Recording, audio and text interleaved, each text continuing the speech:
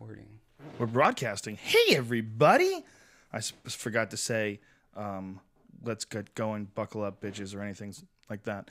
The Joe Rogan Experience podcast is brought to you by The Fleshlight. If you go to joerogan.net, click on the link for The Fleshlight, enter into codename Rogan, you get 15% off the #1 sex toy for men.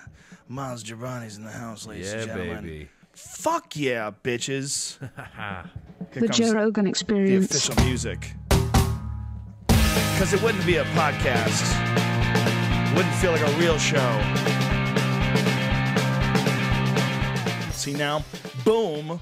We're in action. See that, Maz Jobrani? Oh, yeah, it feels a lot more legit right now. It does. My good pal Maz Jobrani is with us, and we have to talk shit before we get started about the fucking Tascam DR100. This is our third one, you dirty bitches. How about, okay, Tascam MP3 recorder people, get your fucking shit together. How about Asscam? That's how bad they are. Yes. Look, there you go. There you go. Not Tascam, Asscam, says Maz Jobrani. It gets all these great reviews, and honestly, it makes some great sound. It sounds awesome. It's an excellent piece of kit, as it were. But unfortunately, it fucking breaks all the time. This is our third one. And no, I don't send it in for warranty because I ain't got that kind of time. And I'm a fancy man, Maz Jobrani. That's right. So I just order another one with that one-click shit on Amazon.com. But like, this is the third one. You're like Lex Luthor and Superman. They never wore the same pair of socks 2 days in a row. I'm like a black rapper who throws away his white sneakers. Yeah, motherfucker. We used to go on the road with Charlie Murphy, and Charlie Murphy used to throw away new sneakers. He would get like a little scuff. He's like, that's it. It's over.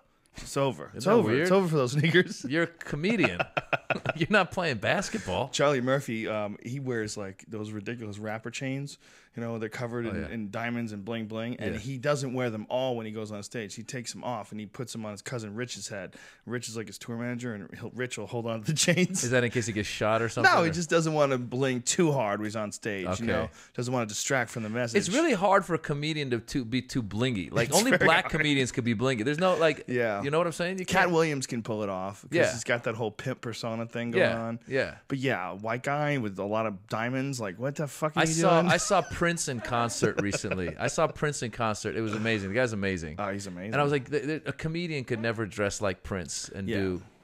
You get a certain license to be weird with music. Yeah, exactly. Like, he came out at one point with like fur leg warmer thingies. Can you imagine as a comedian coming next to the stage, Joe Rogan show up in fur leg warmers? That'd be great. He just pushes it, man. Yeah. And chicks fucking love him. Oh my God, he's it's ridiculous. crazy. Oh, yeah. There's something about him that to them is very it's weird. He's like 5'3". He's like 18 pounds, and he just wears women's clothes, but he's sexy. They want to fuck him. He owns it. That's what it Yeah. is. I was there with my wife. I was like, "There's nothing else this guy could do. Like, he's made to do this. Like, he could never be. Like, he wouldn't like. Imagine if like a UPS guy. You know what I'm saying? Like, if he shows up, you know what I'm saying? It's just you can't.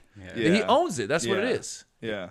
He's a brilliant artist. You know? He is amazing. He's just a weird guy, and that, I think all the really brilliant artists are all I'm finding are all almost completely fucking crazy. Oh, absolutely. You know? Yeah. All the good ones. Well, from back. I mean, even like all the like composers, Beethoven, all those guys were all nuts. Out of their fucking minds. Yeah. You have to be. Man, think about there was fucking nothing but axes hitting trees back then. That was the sound they heard. Whomp, whomp.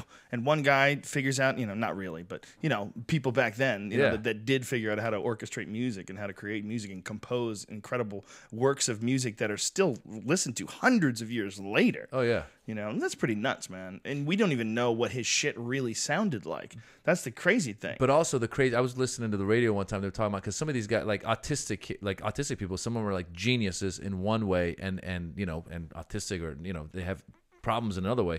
This one kid, they were saying, autistic, couldn't communicate. That he's at home with his mom and dad. They watch some movie that had like Beethoven concerto in it. Just watch it, once. The kid's like 12 years old. The mother goes to sleep, middle of the night, wakes up, thinks that the TV's playing it again. The kid's at the piano playing that song from watching it once. He just learned the song. So So these guys are geniuses in one way and crazy in another way. Yeah, we've talked about autistic savants on the podcast a bunch of times before because there's so many really amazing examples of that kind of power. I bet a lot of famous like musicians and composers and geniuses in the past were probably autistic savants. They just didn't know how to diagnose it. They just considered them geniuses. Yeah, or maybe there's like, I mean, there's even certain, like as you were talking about, Prince, like there's certain levels of it. Like, like you got the rock star who's brilliant and amazing, but like he can't remember his address. You know what I'm saying? Or he needs someone like to Osbourne. Yeah, needs someone to babysit him. Yeah. I think a lot of that stuff is that. Like these guys are. Yeah. Isn't it amazing that music for like hundreds and hundreds of years was just written down? Like you couldn't record it.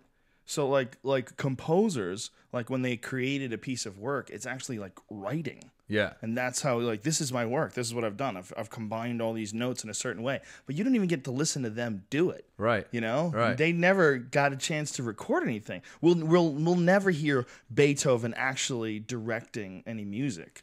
Till time travel. Yeah, till time travel. Yeah. But isn't that amazing though? That for hundreds of years it was just written down. Yeah. Fuck. I wonder if it would sound any different too. Like I bet like it would be listening to the Beatles when they released the mono version, which was supposedly the superior version, was the mono versions of all the Beatles songs because they were recorded in mono, and then later they remastered them in stereo because stereo was so popular, and that's what you grew up on, was listening to stereo music versions of what was not supposed to be stereo. So people actually like listening to the mono versions now. But I wonder how much of that is like people just being like, "Oh, you should have heard that." You know what I'm saying? People do that all the time. You should, oh man, the classic, da-da-da. When in reality, I mean, it's like, HD versus... Well, it's kind of mixed different too, though. Like things that come out in stereo that weren't really necessarily supposed to be out more, So I actually have both versions. And definitely, I could see what people are saying. It's more hardcore hitting, and everything seems mixed properly compared to like what now, like some guy in some THX labs like, no, I think this little jingle over here should be louder. I think I'm gonna have to get into fucking vinyl. I think I'm gonna have to buy a record player and some headphones and listen to what the fuck everybody's saying. Yeah. Because when you talk to like real audiophiles, they'll tell you that like a vinyl LP is the way to go, and that you lose something in the sound when you go to CD. You lose like a quality, a layer. Can you even buy a record player anymore? Where do you buy buy that? that? Huge now. They actually sell records at Best Buy now. Oh, really? Yeah. Oh. The music industry is trying to find a new thing, and which one of the things is going retro, going back to vinyl because it sounds better or whatever. Yeah. And that's all up to debate, in my opinion. How funny is that? Yeah. Like, you think like old TVs will make a comeback? Wouldn't that be funny if you go in, you're like, this is not HD? Yeah. Well, it seems like they could get away with it with Blu-ray, where they don't have to have compression anymore. They have compression to get it to CD to digitize it. Like maybe they could add that quality to it if they stretched it out and made it a larger file. Well, I think they do. I think FLAC or whatever that version is. I think that is something that's very close to it, or what people. It just depends how big of some real audio people to get it was up. So the reason why I even brought it up is somebody on my message board made a post suggesting that I put out my next CD on vinyl, and I'm like, wow, I've never even thought about doing that. That's kind of weird suggestion. That might be kind of cool. Actually. It is a cool idea. It's kind of like, I don't know if you heard about this, but I guess Stephen Wright is writing a novel on Twitter. Did you hear about this? Did you hear about this? No. He straight up like he found out he took how he's like, I mean, he's known for the shorter jokes, right? So he decided, well, Twitter is about being short, so I'm going to write a novel. So supposedly he's writing a novel, and you can come in at any point. And you might not know what's going on. He doesn't care. He just continues to write a novel. Wow. I have to follow him. Is it Stefan or Steve with a V? I think it's with a V, actually. I think it's Steven. Yeah, Steven, right? But based on what I'm saying is like the same thing. If you bust it out with like everyone else is coming out with like the new, I'm gonna put my album out like this, like that, and you bust out with a record vinyl, that might be a way to go. This can't be him. He only has 15,000 followers. I don't know. I'm not sure. Is that real? Yeah, that probably is about right. How could you find out if it's the real deal or not? Well, usually they're verified. I'm verified. Okay. Joan Rivers right here says it's verified. Yeah. Follow Joan Rivers. But Stephen Wright doesn't say verified. I'm going to take a chance and follow him anyway. Because I think a lot of those old school guys like Stephen Wright are probably just now embracing technology, so that might be a real number. He might really only have 7. We could re-release your website in bitmaps. 16,000. What is bitmaps? Instead of JPEGs, we can go. Really? Yeah, vinyl. Why would that be good? Vinyl photo compression. Just go old school with everything. Crappy with everything. We all go back to like 3-second video GIFs instead of having Ustream. We just have a GIF animation. I was of saying- us. He is writing. He is writing a novel. He's writing I'm a novel, reading it. right? Oh, this is hilarious. Yeah.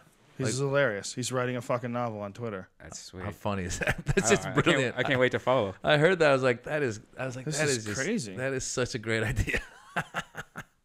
And he ends TBC on like every post.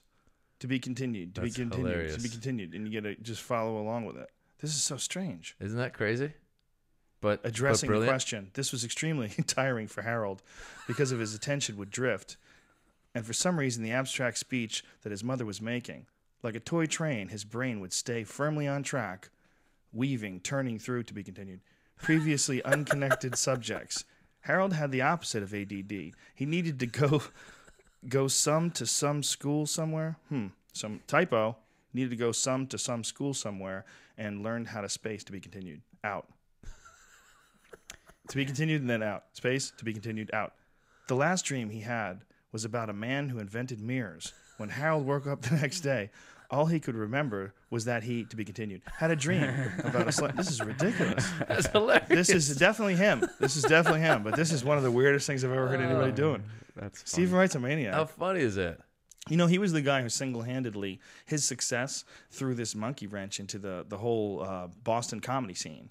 There's a great documentary by this guy, Fran Salamita. Fuck, I have to look it up what the name of it is. Have you ever worked with him before? Yeah, Fran was a comic from Boston. Boston comic. How did he throw a wrench into the scene? Because he got successful, and when he got successful, everybody kind of freaked out and was like, when stand-up stood out, that's what it's called.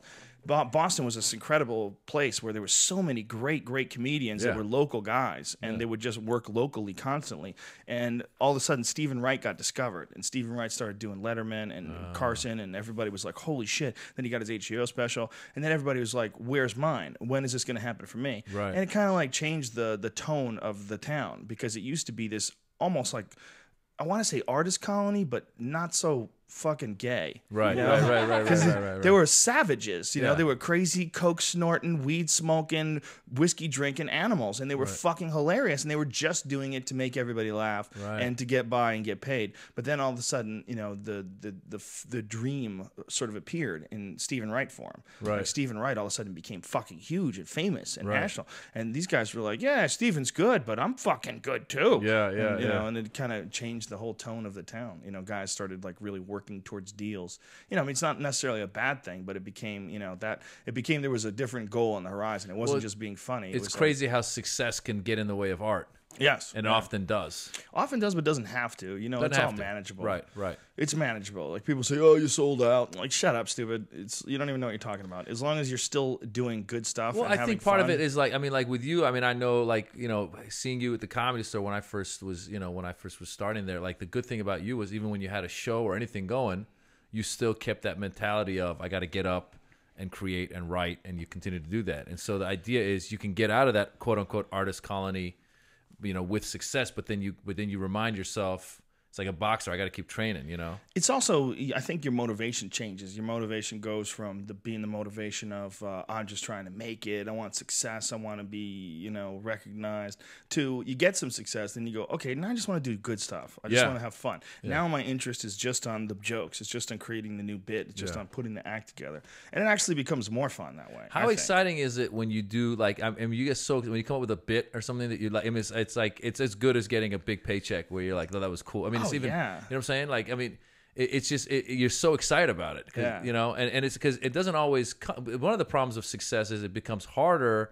to write newer stuff unless if you put yourself in those lab kind of situations where you're saying, okay, I'm going to work out some new stuff. Yeah. You know, people come expecting you to, oh, he's going to, you know, do those killer whatever things, you know. Yeah. That's a problem. But you know what? That's fun. It's a fun problem. It's a tester, but it's fun tester. Yeah. That's one of the reasons why we like doing that Sal's Comedy Hole. Because it's real small. It's like 80 people, and I'll fuck around and not even know what I'm really going to say about something. And they know that that's what you're doing. They know that you're fucking around a lot. And I do most of my real bits, too. Yeah. I want to give them solid stand-up, but I also want to use the opportunity to fuck around and stretch out. Yeah. I never do a full like a full sacrifice set. I won't like go up there with only new bits and just eat dick. Yeah. I don't like doing that, man. I don't think they like it either. The only time I've recently tried something like that is the Laugh Factory was doing something with Kevin Nealon on Tuesdays, where it was known as 7 minutes of new material, and then Kevin Nealon comes on stage and sits with you. And kind of, he's a funny guy. He kind of riffs with you and kind of like makes fun of the material, but also gives you some ideas. And the audience, well, they're supposed to know that that's what they're there for. Half the audience, whenever I go up there, I go, "How many of you guys knew you were coming for this?" And like 2 or 3 people clap. The rest of them thought it was a real show. But the idea is you're supposed to go up with 7 minutes of brand new, like never try. So every time I've gone up there, I've like just gone into my BlackBerry and looked at the ideas I've had that I've just put down that I haven't riffed on. Yeah, I just go up and riff, and it's you so never much, know. You never, and beautiful and real and good things come out of it. Yeah. You know, got to take chances, man. That's stand-up comedy is that's one of the most important things about it. Constantly moving, constantly taking chances. Some new thing comes out in the news. Get on stage that day. Oh, yeah. When Anthony Weiner, when the shit went down, Oh, yeah. I went on stage that night and had 10 new minutes because I was just writing about it all day. How ridiculous it was. I was just laughing at. We're living in a fucking Coen Brothers movie. Have you had There's too a much dude Wiener named now, Weiner. No, Yeah. I'm good. It's even out. It's a steady number. This fucking guy's name is Wiener, and he's taking pictures of his dick and Yeah. sending it to women. I mean, Yeah. it doesn't even seem like it could be real. I know it's ridiculous. If it was a movie, you would go, "That's shitty writing. This is stupid." Right? Yeah. Come on, dude. You got to give him another name. Get the fuck Come on, outta man. here. No, it's that's like stupid. whenever these senators get caught doing gay shit. It's always the same thing at these anti-gay senators. They get yeah. caught gaying out. You're like, Yeah. God damn it, man! Yeah. Is it that easy? Yeah. This is the fucking. Yeah. This is the solution. Yeah. This is really what's going on. Well, there's so much of that going on now. It seems like they just had I just saw Andrew. Is it Andrew Cuomo? Mayor Cuomo's son. He's now the governor of New York. I think it's Andrew. Is Cuomo, it? right? I think anyway. Governor Cuomo was up there talking about. They just showed a clip of him, and I was like, oh man, because he seems like he's a Cuomo. He kind of is like, seems like he's legit. Right. And then back in my mind, I'm like, oh, I hope he's not banging some lady. I was like, it's gonna. I was like, because it almost. If it's a lady, he can live through a lady. Well, like, dude, you can live through a lady. But no, now you can't even live. I mean, it's like, you know, Wiener. We don't know. I mean, did he do? No. Did he actually have No, sex no with him? sex. It was just like sending pictures of his penis. Just a freak. He's just a freak. Yeah. So now he's gone. So what Yeah. I'm saying is like, you can't like if Governor Cuomo were found to be having an affair, he's done. I mean, you can't. Yes, I agree with you. Yeah, and you know, in this day and age, there's really going to be a time real soon where there's no one left to run for office. That's 'cause funny. Everybody's got fucking skeletons. That's in the closet. hilarious. Do you think that Wiener during It's the true, whole right? whole week before he stepped down, do you think he was like, please let there be a deadly hurricane? Oh, yeah. Please let there be an yeah. earthquake in Africa. What Oh the fuck yeah! Right, Well, right, that's the right. Gary Condit thing. Remember when 9/11 happened? You remember Gary Condit and Chandra Levy? Yeah. Chandra Levy was his assistant. She turned out missing. Everybody thought he Yeah. killed her because he was having an affair with her. There was all this craziness, and then they found her body. But he got off. Everything's he fine. got off, huh? Oh yeah. Oh my god. Yeah, and they apparently connected her murder to a guy who had killed a few women in that area, so it might have actually been legit. Oh, it shit, might have been a okay. serial killer. Okay. Oh, but who the fuck knows? So that concept that you had is kind of funny. You should riff on that about pretty soon there'll be no one left to run, and it'll be like the most unsexable people, like someone no one wants to have any sex with. Like you get like really ugly, kind of like just like warty people. Like you got to be someone that no one's attracted to run because you're like, well, there's no way anyone had sex with that guy. I think it's going to come down to a point real soon where we have to come to grips with the fact that everybody that wants to be president, anybody that wants to be in control like that, there's some serious like sexual weirdness going on with you. That's some domination shit. You want to run things. Yeah, but also with power, I mean that's part of like that's part of what comes with it. I mean, what's funny too is when that Dominique Strauss-Kahn, when the IMF guy. Yes. Yeah. What was funny was For people who don't know, explain the story. Dominique Strauss-Kahn was the president of the IMF, and he's staying at the Sofitel Hotel in a $3,000 a night suite. He's also supposedly going to be the next possible president of France, so he's being geared up for that. And so the maid comes in to clean the place, and he shows up naked, and he basically, I think he chased her around and tried to rape her or something. He fucked her mouth. Did he? Yeah. Oh my God. So he whatever. Mint. Yeah. So, According to the story, who knows what really happened? but the thing it was funny is, so he's a French dude, and of course then he tried to leave the country. I should say allegedly he fucked her mouth. Allegedly he fucked it up. I'll say allegedly. Yeah. Well, that's what our sources have told us. Yeah, the internet. Yeah, That's the what I internet. read on a message. I didn't look into that at all. Yeah. But the point. But what's funny is I was reading that some of the French reaction where they were saying like, well, the French aren't that fazed by the whole. They're like, they expect their politician to be. Oh, if your politician in France isn't banging somebody, then it's weird, Right. You know what I'm saying? You know. Well, there's a thing that we've talked about on this podcast before called toxoplasma, and it's a cat parasite that infects human beings and changes their behavior, and it makes men reckless, makes men very aggressive and reckless, makes them do crazy shit. And there's a huge population of a high rate of infection, rather, in France. In France, it's like 80%. Oh, wow. Like 80% of the people are infected by this toxoplasma, as much as 80% in some areas. Jeez. Which is insane, and it's a parasite. And it's just the men, but it's men and women. It affects women, but the women, it's tougher to document how it affects women because they think it makes them more submissive. But with men, it makes them aggressive and it makes them jerks. Yeah, it makes them really reckless. That explains a lot. Yeah. You want to smoke some of it? Like smoke some cat shit, bro. I guess so. Yeah. So that's why like pregnant women aren't supposed to touch cat shit. If they ever tell that to your wife when she was pregnant, don't touch any kitty litter. Don't ever go near any cats. Oh wow. That's why, because of this toxoplasma. But huge percentage of people. I mean, if this guy has toxo, if he's from France, I mean, he might make him loked out where he just whips his dick out on the maid. And it's like, let's just do this. That'll be a great plea in court. Be like, I have toxoplasma. You know. Feel free to use it. I'll be honored if you guys use that. That maybe I possibly had some say in the this. toxoplasma defense. It's very possible. I would like to see this guy tested. I mean, if he really did do something fucking reckless and crazy. But I think anybody who wants to be in a position of power like that, a lot of them have sexual things. You know, Oh, absolutely. Clinton and Oh, Kennedy. yeah. Clinton would just whip his dick out on girls. Crazy is that? He was the president. He would just whip his dick out on state troopers and fucking good typists and secretaries. You know what I was thinking? I was thinking like all these guys, like when you get to that level of power, you should have like I was thinking you should have like a counselor that's walking around with you 24/7. And you're like, hey, I think I'm about to whip out my dick. And like, you're like, that's not a good idea. But what's funny is I realized if it were a dude, the dude eventually would be like, yeah, whip out your dick. Let's just see. He'd like goad him on. You should totally do that. That'd be awesome. Oh, you want to bang the maid? You should totally bang the maid. You're the president of IMF. Is it washed? Yeah. How about Arnold, man? Oh my God. How about that crazy asshole just fucking everyone who's in his house? How funny is that? If you're in his house, he fucks you. That's just the rule. Yeah, no. He was fucking her for 10 years, man. Crazy. And she was not attractive at all. No, it didn't matter. What do you like have a hard on and she's like cleaning? He's like, I must do, just like he just bent over. I mean, it's ridiculous. I jokingly said like maybe he's trying to save money on childcare. Like, have a baby with a nanny. He's got to take care of us free. Arnold is probably like when he started banging her. I mean, he was so big, when he was bodybuilding and everything like that. And there's only one way to do that. You have to be on steroids. You have to be on testosterone. And Arnold was like, known allegedly for being a guy who would take just fucking massive quantities of everything. Yeah. That's why he was so huge. I mean, you look at the photos of him back when he was Mr. Olympia, and holy fucking shit. Yeah. Well, the levels of testosterone that guy must have been taking were probably through the roof. So he probably just would fuck everything. Oh yeah. Dude, near me, I fuck you.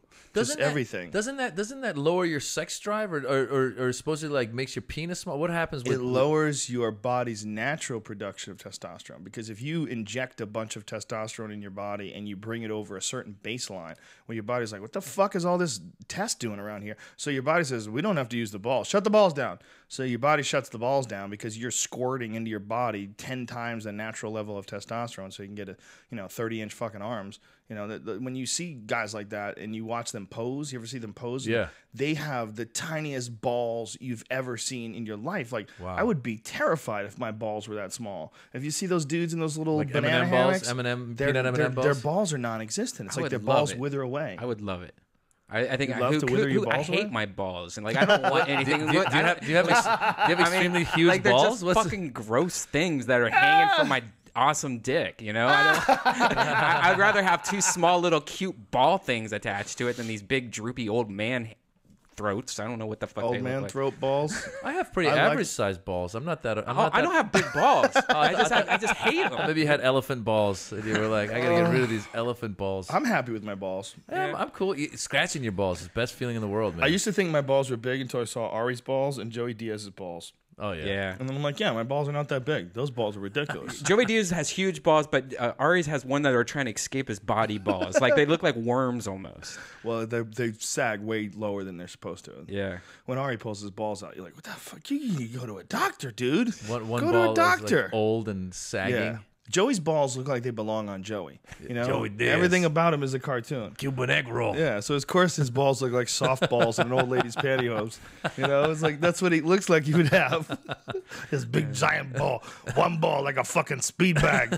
That's what he's Joey Diaz is classic. he's a human like no other. There's Yeah. very few Joey Diaz's out there roaming the planet. Yeah. I always, every time I see him, like, why isn't there just a show just following him around? I know, right? The things he says. Just this weekend, I was with him, and like, we're in the van going from the hotel, 2 blocks, going from the hotel to the venue, and some people crossing the street in front of him, and everyone else kind of sitting. And Joey does, hurry up, you cocksucker! I'm gonna take my fucking cock. And he starts going and he riffs, and the funniest formation of words come together. Yeah. And everyone was just cracking up. I would like to see the things that we don't know about Joey. You know, like there's points where he just sings, you know, but what like you really do long know. opera songs. He's or got something. 9 cats, man. He He's probably a has the most 50-year-old toxic man. plasma ever. Oh, ever. He's got all four. There's like 3 forms of toxoplasma. He's got all 3 forms. Yeah. He's got it all. He's got fucking 8 cats, 9 cats in his house. Didn't he just get a new one? He got a new cat I think he's got recently. 11 now. I'm Jesus pretty sure it's Christ. 11 now. In like a 2-bedroom apartment, 11 cats. Wow. Dude, I got a big house and I have 2 cats, and they drive me nuts, these little motherfuckers.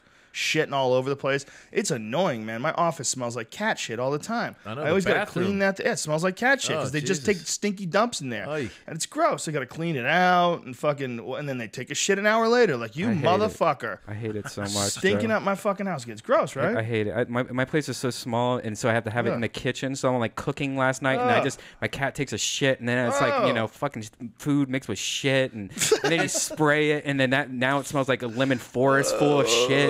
And they don't have, like, because I don't have, I'm allergic to cats, so we don't have, but we have a neighborhood cats, and they always go in our backyard piss. and they shit. No, they shit. And I never knew, I never had cats, so I thought cat shit was like little, like, bunny shit. No. It's like serious shit. I'm constantly like, I'm like, what dog was here? Yeah. And my cat has this thing where like they pee on certain sides of the litter box. Like my cat pees right in front of the opening, so it has to put its butt like right out the door of the litter box. And he had shit the other day and just sprayed my wall with shit. Oh, God. They're such dirty little animals. And, you know, when you let them out in the wild, that's when you got to be worried about toxoplasma. Yeah. That's when they catch it. They catch it from rats out in the wild. So, you know, it'll become dangerous. It can fuck with you. And it's very dangerous for little children. Very dangerous for babies and shit like that. Their immune system's not ready for it. Oh, really? Yeah.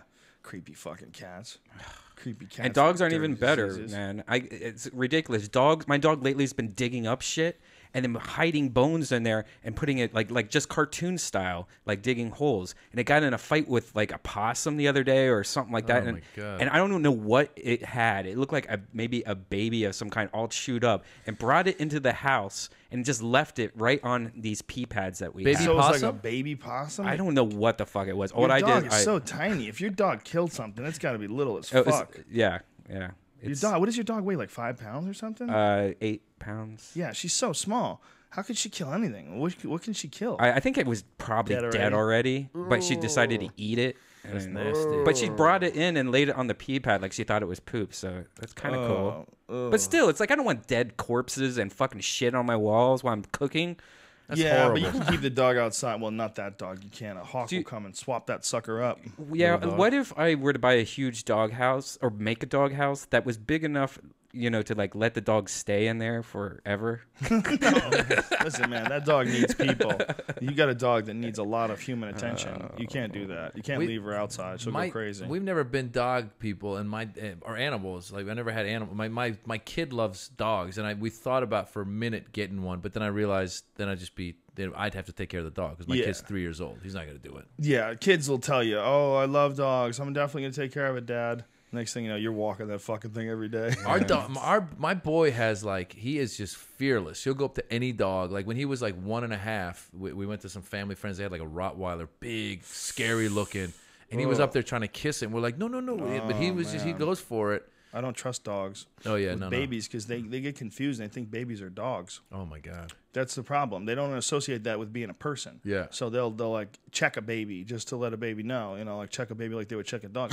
Like don't fuck in my territory. Yeah. I've seen dogs do that before. It's scary. I was going. Have you ever eaten at that place Toast on 3rd over there on and like near West Hollywood? Yeah. There's good place, good food. And we were going with a friend of mine to go sit down one time, and we're about to sit, and there's this girl, like 5-year-old girl. Cute little blonde girl, 5-year-old, and she got like a little bloody nose going, and I was like, oh, poor girl fell or something. And then as we sit next to this dog, and the story comes out that she was up there playing, and the dog bit at her nose and cut her. Whoa. And we're like, okay, we don't want to sit next to this dog. What kind of dog was it? It looked like a regular. It wasn't any kind of like. It wasn't golden retriever, but it was like a regular. It wasn't like a mutt. Yeah, it wasn't anything. And it bit the fucking girl in the face. Bit the girl. I don't know what she did or what happened. And the dog was still alive. Yeah. Nobody had beaten it to death. Yeah. You would think, right? Yeah. I don't know. You bite a 5-year-old baby. Yeah. You fucking cunt dog. Yeah. I'll kick you to death. Yeah. So I'm always worried with my son, man. He just fucking, you got to be real careful. He goes right up. You got to always think that a dog will consider your baby to be an animal. Yeah. They don't consider it to be a person because Yeah. it's not talking really, and they're real little, and they're high pitched voice. It's like this is not the same thing. Yeah. I see Maz Jobrani. He can tell me what to do, but this is a little motherfucker trying to tell me what to do. Bitch, fuck him up. yeah, trying to take my food, trying to take my dog food, bitch. Yeah. I've had the worst week. There's this bird that's outside in my tree. It's like the animal kingdom. You had a cat, a dog, now the bird. There's this bird that, like, I don't know what it is, but every time it gets dark, it goes through like 12 different chirp things. Like it sounds like somebody's breaking into a car, Hilarious. or it's just like wee, wee, wee. And it keeps on doing it the whole entire night. the bird call. So I'm thinking about like poisoning or slingshotting or shooting this bird. I don't know what to do because it's been all night every day this week. You know how long you'd be out there trying to slingshot this know. bird? Yeah, I you know. break every window in your neighborhood. Fuck.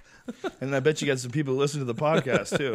And you're like, I know where that motherfucker lives. It was him with that slingshot. Yeah, it's horrible though. You need a BB gun. BB guns are pretty accurate. Yeah, I was thinking about, but I can't even see it. It's just this big tree. But that's what I'm saying. That's like one of those ideas you get in your head. You're like, I'm gonna put an end to this, and then you end up being like Wile E. Coyote or like Elmer Fudd. Yeah. Like, you know what I'm saying? Like, That's how people like fall from trees and break their neck and die. Oh yeah. 'Cause you're trying to kill some bird that tweets outside your window. Oh yeah, I've had times when like I don't know if you guys had the mosquito. The mosquito's the worst thing. You're sleeping and then you're like, ignore it. He keeps coming back. You're like, fuck it, it's on. Lights go on. Now you got to go around looking for the mosquito against your white wall. Like he disappears, he reappears. You're swinging shit. Yeah, your eyes are trying to focus. Oh 'cause my you got God. fucking tears in them from Yeah, sleeping. yeah. Half hour later, like fuck it, man. I'm just gonna We don't realize how few bugs we have in California until you go on the East Coast in the summertime. Oh, yeah. And you realize, like, go near a lake. Go on the East Coast near a lake in the summertime. You're like, motherfucker, this is ridiculous. Oh yeah. But you know how cool lightning bugs was? I do miss lightning bugs when you're just going out in your backyard and it's just like this glowing paradise. Yeah. But those are cool. They don't bother you. You know, they like just smell gross. But I would say with mosquitoes, like they never have mosquitoes. Like mosquitoes know how to fuck up paradise. Yeah. Whenever you book a trip, you go down to Mexico and you're like, oh, babe, this is great. Here's the beer. Here's the tequila, whatever. And like half an hour later, you start getting bit. You're like, motherfucker. And every time they show those stupid Corona commercials where the guy like throws his cell phone into the water, I'm like, show the fucking mosquitoes, man. It's never that comfortable. Yeah, I know. Yeah, that's one of the good things about Hawaii, too. Not too many bugs in Hawaii. That's You true. really make Yeah. that trip out that volcano in the middle of the ocean. Yeah. That's not a bad thing. Yeah, Yeah. not that many bugs, man. But California, as far as like no bugs, this is probably as good as it gets anywhere in the country. Yeah. You go to Florida. Florida's ridiculous. You Yeah. might as well be living in the jungle. Yeah. You know, Yeah. this is just because there's an apartment building doesn't mean it's not the jungle. Yeah. You got a little pond next door with a fucking alligator in it. What's Yeah. that? Yeah. You could be living in Gainesville. You could be living in like a nice part of town and take a couple blocks, go for a walk, and oh, what's this? A dinosaur. It's a fucking dinosaur. Yeah. Poodle eating dinosaur. Yeah. Wandering through the streets. Komodo dragon Yeah, shows they're up. fucking monsters. Yeah, And they are. alligators are not that aggressive. They're not nearly as aggressive as crocodiles. Crocodiles are really dangerous. What's the difference between an alligator and a crocodile? The looks are different. A crocodile, their teeth like stick out of their mouth a little bit, and they have a longer snout. Alligators have like a shorter, stubbier, wider snout. But alligators in general are bigger than crocodiles, right? No, crocodiles, they can get bigger. I think maybe American alligators might be bigger than American crocodiles, but the biggest crocodiles are the biggest of that species that form. It's like toad They're and so frogs. similar though. I mean, shit, if you didn't know and you saw an alligator and a crocodile, you would say that's the same thing. It's like a Mexican and a Guatemalan. Exactly. Yeah. Yeah, they don't look much different, man. But apparently they're way more aggressive. Crocodiles are much more aggressive. Yeah. I watched some documentary on alligators and crocodiles, and they had this place in, I believe it was in Florida, where they were raising them, and they had all these crocodiles, these alligators, and one crocodile, and the crocodile would run over the top of the alligator's head when they would feed. Jesus. He would like be just stepping over them to get to the food. Just way more aggressive than the alligators. But in general, you're right. Like I don't know how people I mean, once in a while we got like mountain lions and stuff. But generally speaking, how much would that suck if you're just hanging out and a crocodile or an alligator shows up in your backyard? Now what do you do? Yeah. Well, there was a funny story in Miami about a guy who was running from the law, and in a high-speed chase, ditches his car, wipes his car out, jumps into a fucking river, and wherever he was, or jumped into a lake, the moment he jumped in, he got killed by an alligator. Oh my god. He just landed like right next to an alligator, and the alligator jacked him right in front of the cops. Oh my god. I mean, it's a fucking movie, man. That is hilarious. It's a fucking movie. The That's guy so funny. jumps out of the car, dives into the water, and right away, boom, gets killed. That is hilarious. Yeah. It happens. Those cops are good, man. Yeah. They got alligators working with them. That's like I was actually I read when I mentioned is it Komodo dragon, right? Yeah. Some guy I read in the paper. This guy was like on a boat or something, or he was surfing or something happened. I think he was on a boat, and it went shipwrecked.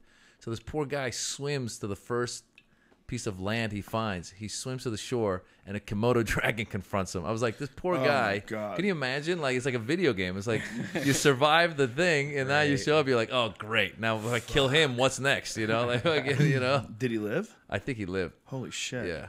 There was a guy who was dating Sharon Stone, Sharon Stone's boyfriend. Oh yeah. Yeah. He was some like newspaper guy or something like Yeah, that. yeah, And yeah. apparently he was in a whole room full of Komodo dragons at like a zoo. Yeah. And he had white socks on. And the Komodo dragon mistook his white foot for a rabbit. So it just snapped down on his foot. The Oh guy's my fucking God. screaming. And the poison that they have in their saliva, they have botulism and all sorts of horrible bacteria in their saliva. shit. And you get deathly ill from those bites. Like you have to go on some radical antibiotics like immediately or you're going to die. Because Wow. that's how it kills things. Yeah. The Komodo dragons bite things and then just follow them. Just infect them with their saliva. Like there's a video of one that kills a water buffalo, and it bites this water buffalo, just jacks it in the leg, and the water buffalo runs away, and then it slowly follows it for a day while it poisons itself. It slowly gets poisoned from that bite. It's fucking That crazy. is ruthless. Did Vicious Sharon animals. Stone's guy die or he lived? No, he lived because they were right there, and they got the thing off of him. They got it off his foot, but he almost lost his foot. That is crazy. That stuff is they're so dangerous. They're fucking they play by a whole different set of rules, son. Oh, yeah, yeah. This is 65 million years ago. These motherfuckers were roaming East around. Coast, son. Yeah, Yeah.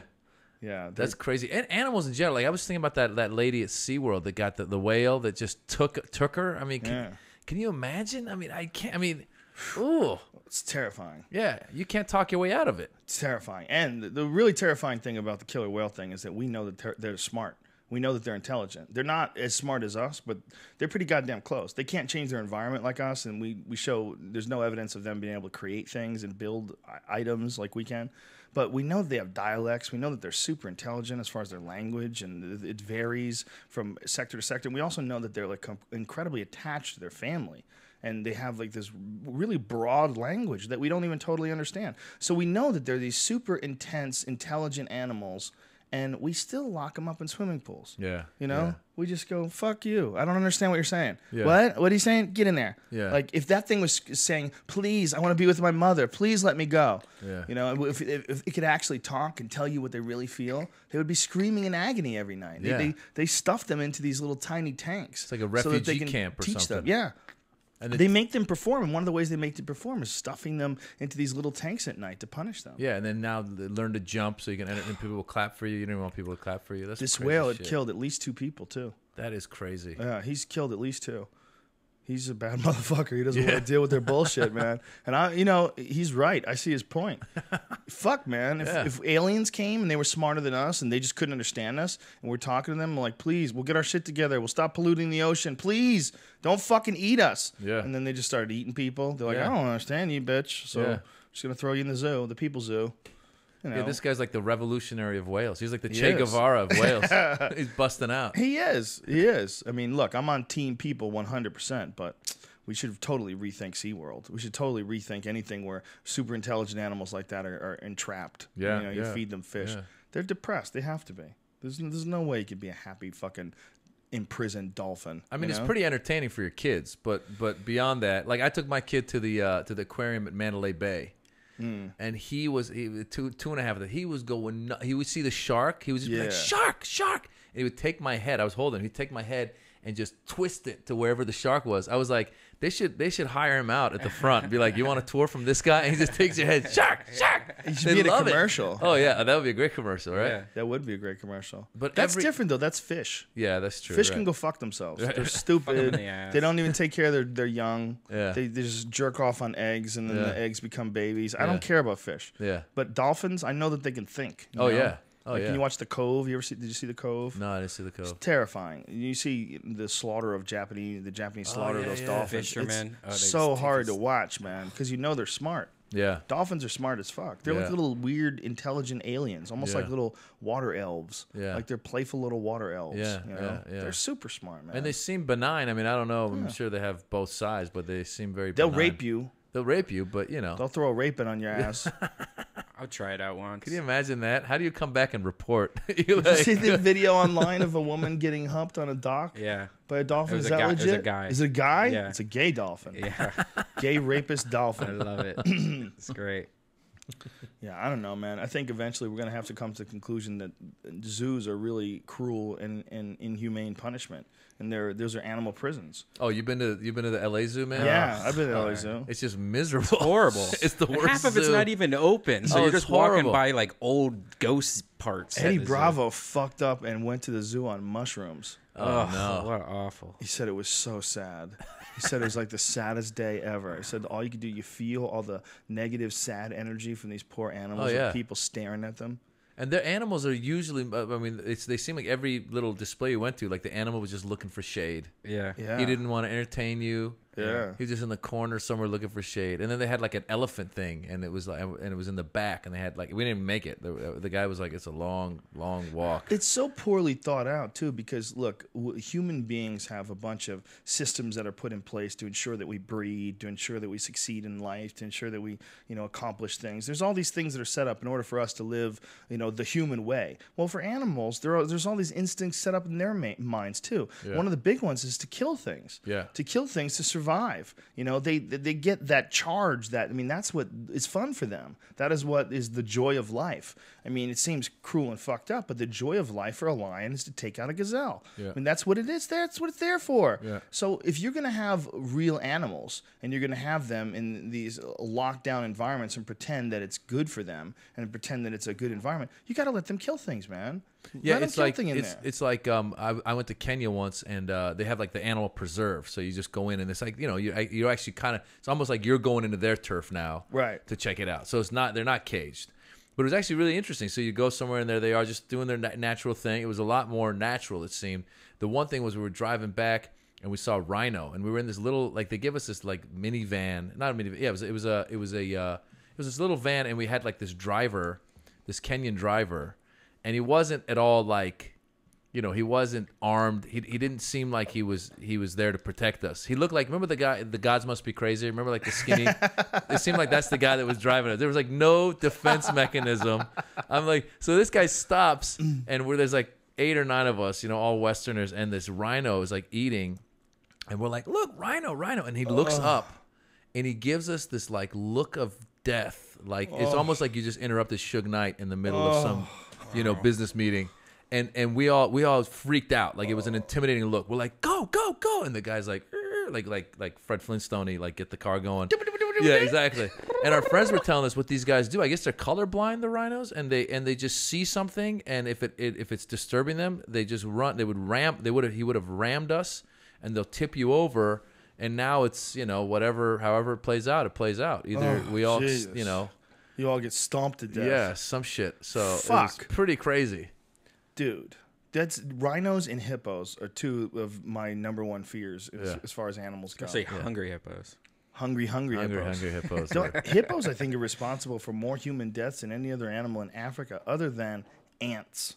Really? I believe ants are responsible for more human death than any animal in Africa. How do ants kill people? Oh shit, dude! In Africa, they got real problems with giant swarms of poisonous ants. Oh shit! Yeah, army ants and all these different. There's so many really vicious ants, especially like in the Amazon. There's a thing called the bullet ant, and they actually use them for coming of age ceremonies where they make these young men stick their hand in these gloves that are filled with these bullet ants. Oh my god! And these bullet ants, it's unbearable pain for like 24 hours for each bite. Oh. Like unbearable. Like getting your hands slammed in a car door all day long. That is crazy. Yeah, like insane pain. And that's like the coming of age thing, is that if a man can get through this, he can truly be a man. You should do that on Fear Factor. But in Africa, Brian Callen actually was working when he first got out of college. He wanted to work with insects, and he wanted to study them overseas. And one of the things that scared him off is because he went, I think, to Borneo. He went to some crazy fucking jungle, and they had to put turpentine. They all slept on platforms, and they had to put turpentine all over the legs of the platform, and they have to be elevated above the floor of the jungle, because if you leave them on the floor of the jungle and then the ants come up, once one ant bites you and sends a signal, there will be millions of ants on you, poisonous ants on you, and you won't be able to stop it. There's nothing you could do. They will eat you alive. Not even from shushing? They take out elephants. They climb up elephants' legs, and they climb in their ears and start eating them alive. Dude, the more I hear things like this, the more I realize, like, I just want to go to Four Seasons hotels around the world, staying in and Burbank. just be like, Have the waffles at the breakfast buffet. It's all good, man. Like, because some I know some people are like adventurers. Like, we're gonna go into the jungle and da da da. I'm like, you go camping, bro. I'll be at the Four Seasons. Yeah. You know. Brian said that they poured turpentine all over the legs of this platform that they're sleeping on. You know, they have the hut, and the hut is above the platform. And he said in the night you can hear them marching. Wow. He said there's so many ants and they're so terrifying that you can hear them marching. You hear them. Oh my god. That is creepy. You hear millions and millions of ants just waiting to stumble on something, and whatever they stumble on, whether it's they'll climb up a tree and find some young birds that are stuck in the nest, and swarm millions of them. So there's a lot of jungles. The birds will try to put their nests on the highest possible branch, and a lot of it is to avoid ants. That is ridiculous. Ants are motherfuckers. That's like it's funny because like when when you travel, you realize what you were saying. Like it's like. The amount of stuff that's going, like the difficulty to live in some other places. Like when I went to Kenya, we went for a wedding. Just to go to Kenya, you gotta get like shots for dengue fever, yellow fever, jungle fever, all kinds of fever. Malaria. Yeah, all kind of malaria. I was like, what the fuck? Where are we going? I was like, I don't know about this. I have yellow fever. Yeah. You go into the motherland, You go to the motherland, baby, get some jungle fever. Real. Yeah. That is the motherland too. That's where it all began. That's where human beings were hatched. Yeah. That's pretty crazy that it's still so fucking wild. It's crazy, right? When you look at Africa, the continent, like you ever watch like those documentaries on Africa and compare it to any other continent in the world, you're like, what the fuck, man? Yeah. You got wildebeests and lions and saltwater crocodiles and fucking great white sharks off the coast of South Africa. And ants that'll eat you. Jesus Christ. No continent is crazier than Africa. I guess Australia is probably a close. And don't even get started on the flies. You know how annoying that would be in your eyes, just sitting on your face all the time? Oh, there's so many flies in Africa. Yeah, whenever you see those poor starving kids, it's one of the saddest things about those videos. Their eyes are covered with flies and shit. It's fucked up, man. What a fucking crazy place on earth. Yeah. I am obsessed with the Congo, man. I've got a bunch of documentaries on the Congo. One of the best ones is from the BBC. But one of the most fascinating things about the Congo is there's so many areas of it that like people barely get to. Yeah. You know, there's like this. I mean, it's unbelievable how fucking dense it is. And they, at one point in time, Europeans tried to settle it. They tried to like build these giant mansions and shit, and some of them are still there, like in frame, but they just got swallowed up by the jungle. It's just too wild. But what's crazy is you got nature, and then you've got like rebels fighting each other. I mean, so you might survive the ants, but you're gonna be taken down by the Congolese rebel, whoever, you know. Yeah, there's a lot of problems because they're fighting over resources. There's a lot of minerals in the Congo. There's a lot of minerals they use to make cell phones and shit like that. Yeah. A lot of that is where they harvest it out Have of you ever Congo. performed in South Africa? You ever gone there? Fuck no. You haven't, huh? No. They do festivals. I want to Oh, go one good. time. Have a good time. No, it's supposed to be pretty I'm cool. sure man. it is, man. No. I'm tired of traveling, man. I enjoy going to the UK like once a year, but even that is like enough. I go to Australia once a year. Enough. No, I hear you. It's too Me too. much. I'm sick of the travel. I mean, I'd be curious to say, but I mean, it's funny because people ask like the fun part of stand up is actually being on stage and doing a show. Yeah. And I'd rather just drive up the block to Sunset. Go to Brea, yeah. Just go and just do it there, than get on a friggin' plane. Well, we're in a great spot too because we can work so many places around here. You can go to Comedy Magic Club in Hermosa Beach. You can go to the Ice House. You can go to San Diego. You can go to you can go to Irvine. You can go to Brea. You can go to Ontario. You can do all the improvs. You could do and you rotate all these clubs. And after a while, you just start back up on the first one again. Yeah. You know, it's like 15, 20 weeks later. You're just doing these same clubs over and over again. Oh God, I won't even perform inside of a South African. You just claim you can't. I can't help you. South Africa is. I'm sure it's a great place. I like D Antwoord. Yeah. They got good music, but I don't want to go there. It'd be cool. I mean, actually, I was gonna. I like District 9 too. I was thinking of going. There was like an offer to go this summer, and I was thinking exactly what you said because I got 2 young kids now and my wife. So I was like, well, maybe I'll just take everybody with me. Right. And I was like, well, then maybe take the nanny too. Africa, dude. I started doing the math. I'm like, I'm gonna be like losing a lot of money. I was like, screw it, we're gonna stay here. Bring Chevy Chase. You must have a big international following now because you've really become like as far as like would you call it the Persian community or the Iranian community? What It's a little bit. You know, the Persian community is like my first. Probably it's funny. like Tripoli one time. Sam Tripoli was like, he's like, you're like the Persian Elvis, otherwise known as Pelvis. So. That sounds like a Tripoli line. All right. So that that's like my you got the Persian Middle Easterners, then you got like Arabs, and then after that you've got like NPR types that are into like world. You know what I'm saying? NPR types. That's hilarious. Yeah, I'm telling you, we man. love the fact that you're different. Yeah, no, it's actually pretty funny though. It's actually good to like do stand up in front of people that know the difference between Iran and Iraq. You know what I'm saying? Right. As opposed to like doing it in front of someone who's like, what the fuck? It's all the It's same all shit. the same shit. Yeah, just blow it up. So no, it has become a thing. What happened was in 2007.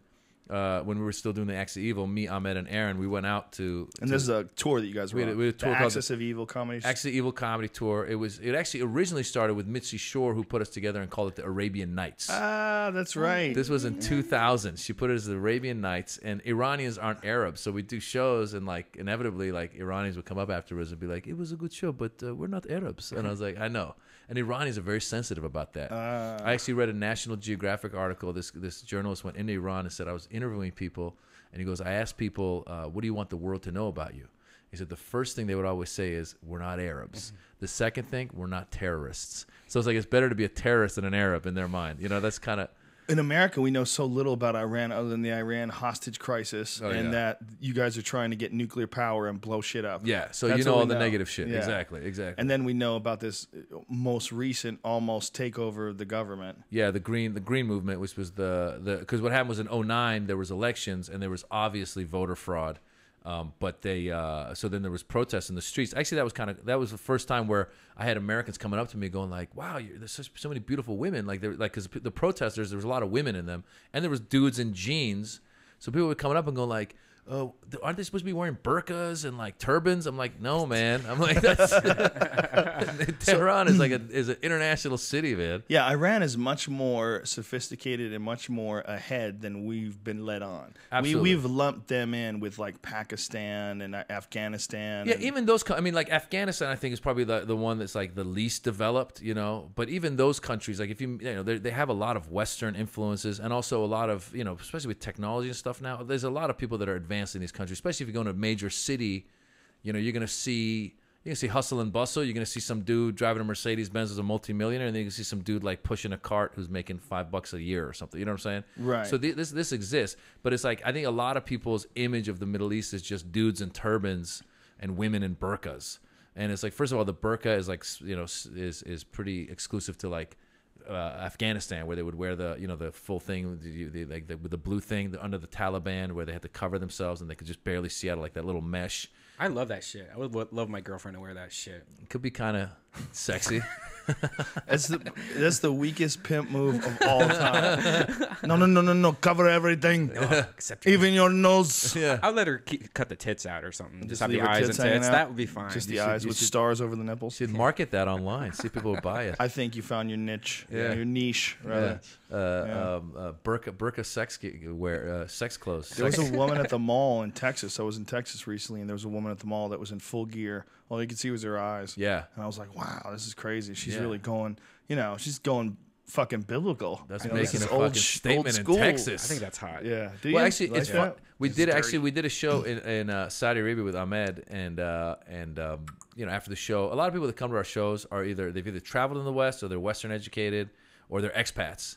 So after the show, we're taking pictures and all these people coming up, and this one girl came up in one of those. It's like she was fully covered except for the eyes. Whoa. And she took a picture with us, and I was like, what the fuck? Like, no one's gonna like what? You could be anybody. How do you? It has like that superhero vibe though. Like you don't know who this person is. You don't know if they're gonna take off their burger and the most beautiful woman in the world. I love that. Well, shit. it's She's funny. subservient to you, right? Yeah. You and only you. Yeah. She washes your feet. She brings before me she blows fruit. You. Yeah.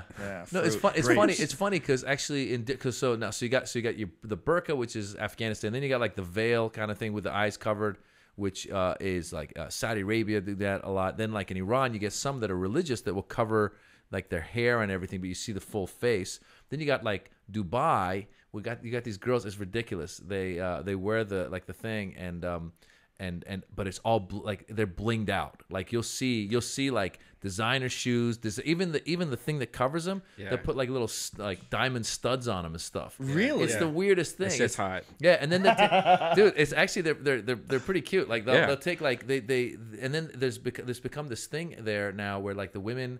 It's weird. Like they want their like the hair to seem like it's puffier, so they'll take like a can like thing like this, and they'll roll their hair up in a bump, and then they put it there, so it looks very like Star Warsy, you know, like a princess in Star Wars. They might as well be Star Warsy with those crazy robes. I mean, that's some it's Obi-Wan Kenobi shit. Yeah, it is. It is some Obi-Wan Kenobi. Actually, you know what? The Obi-Wan Kenobi. You know what? I went to Morocco just to travel, not to do shows. This was years ago. I went to Morocco.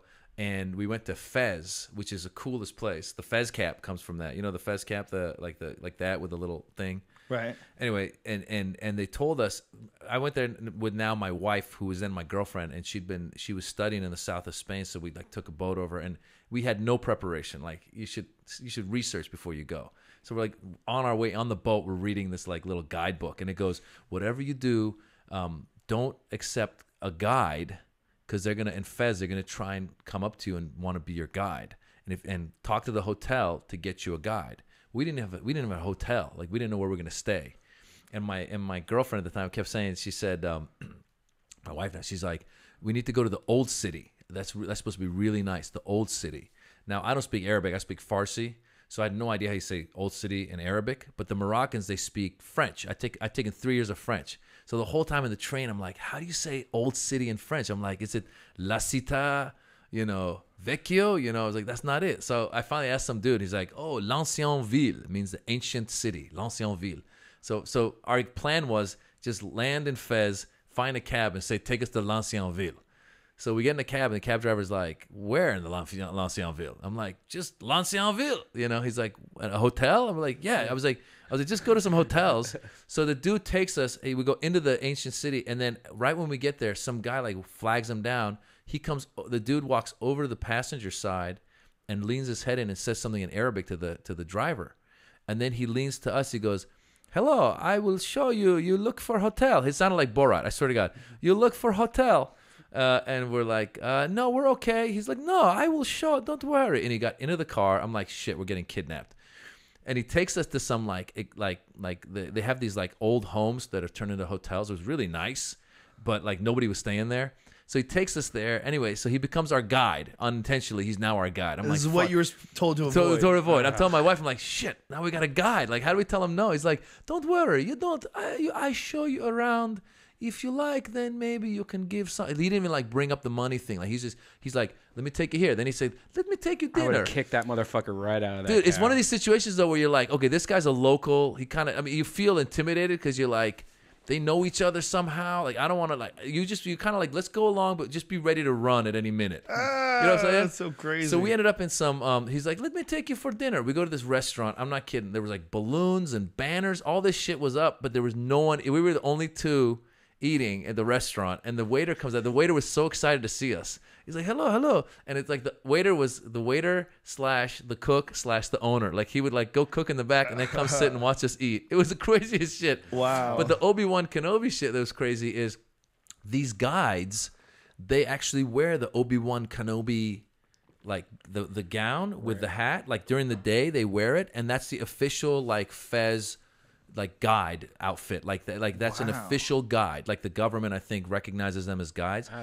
And the weird one, when I realized it was Obi-Wan Kenobi, and I was like, George Lucas must have come to Fez and come up with this, because my wife and I, the next day, the guy goes, I'm going to show you the castle today, and we're like, all right.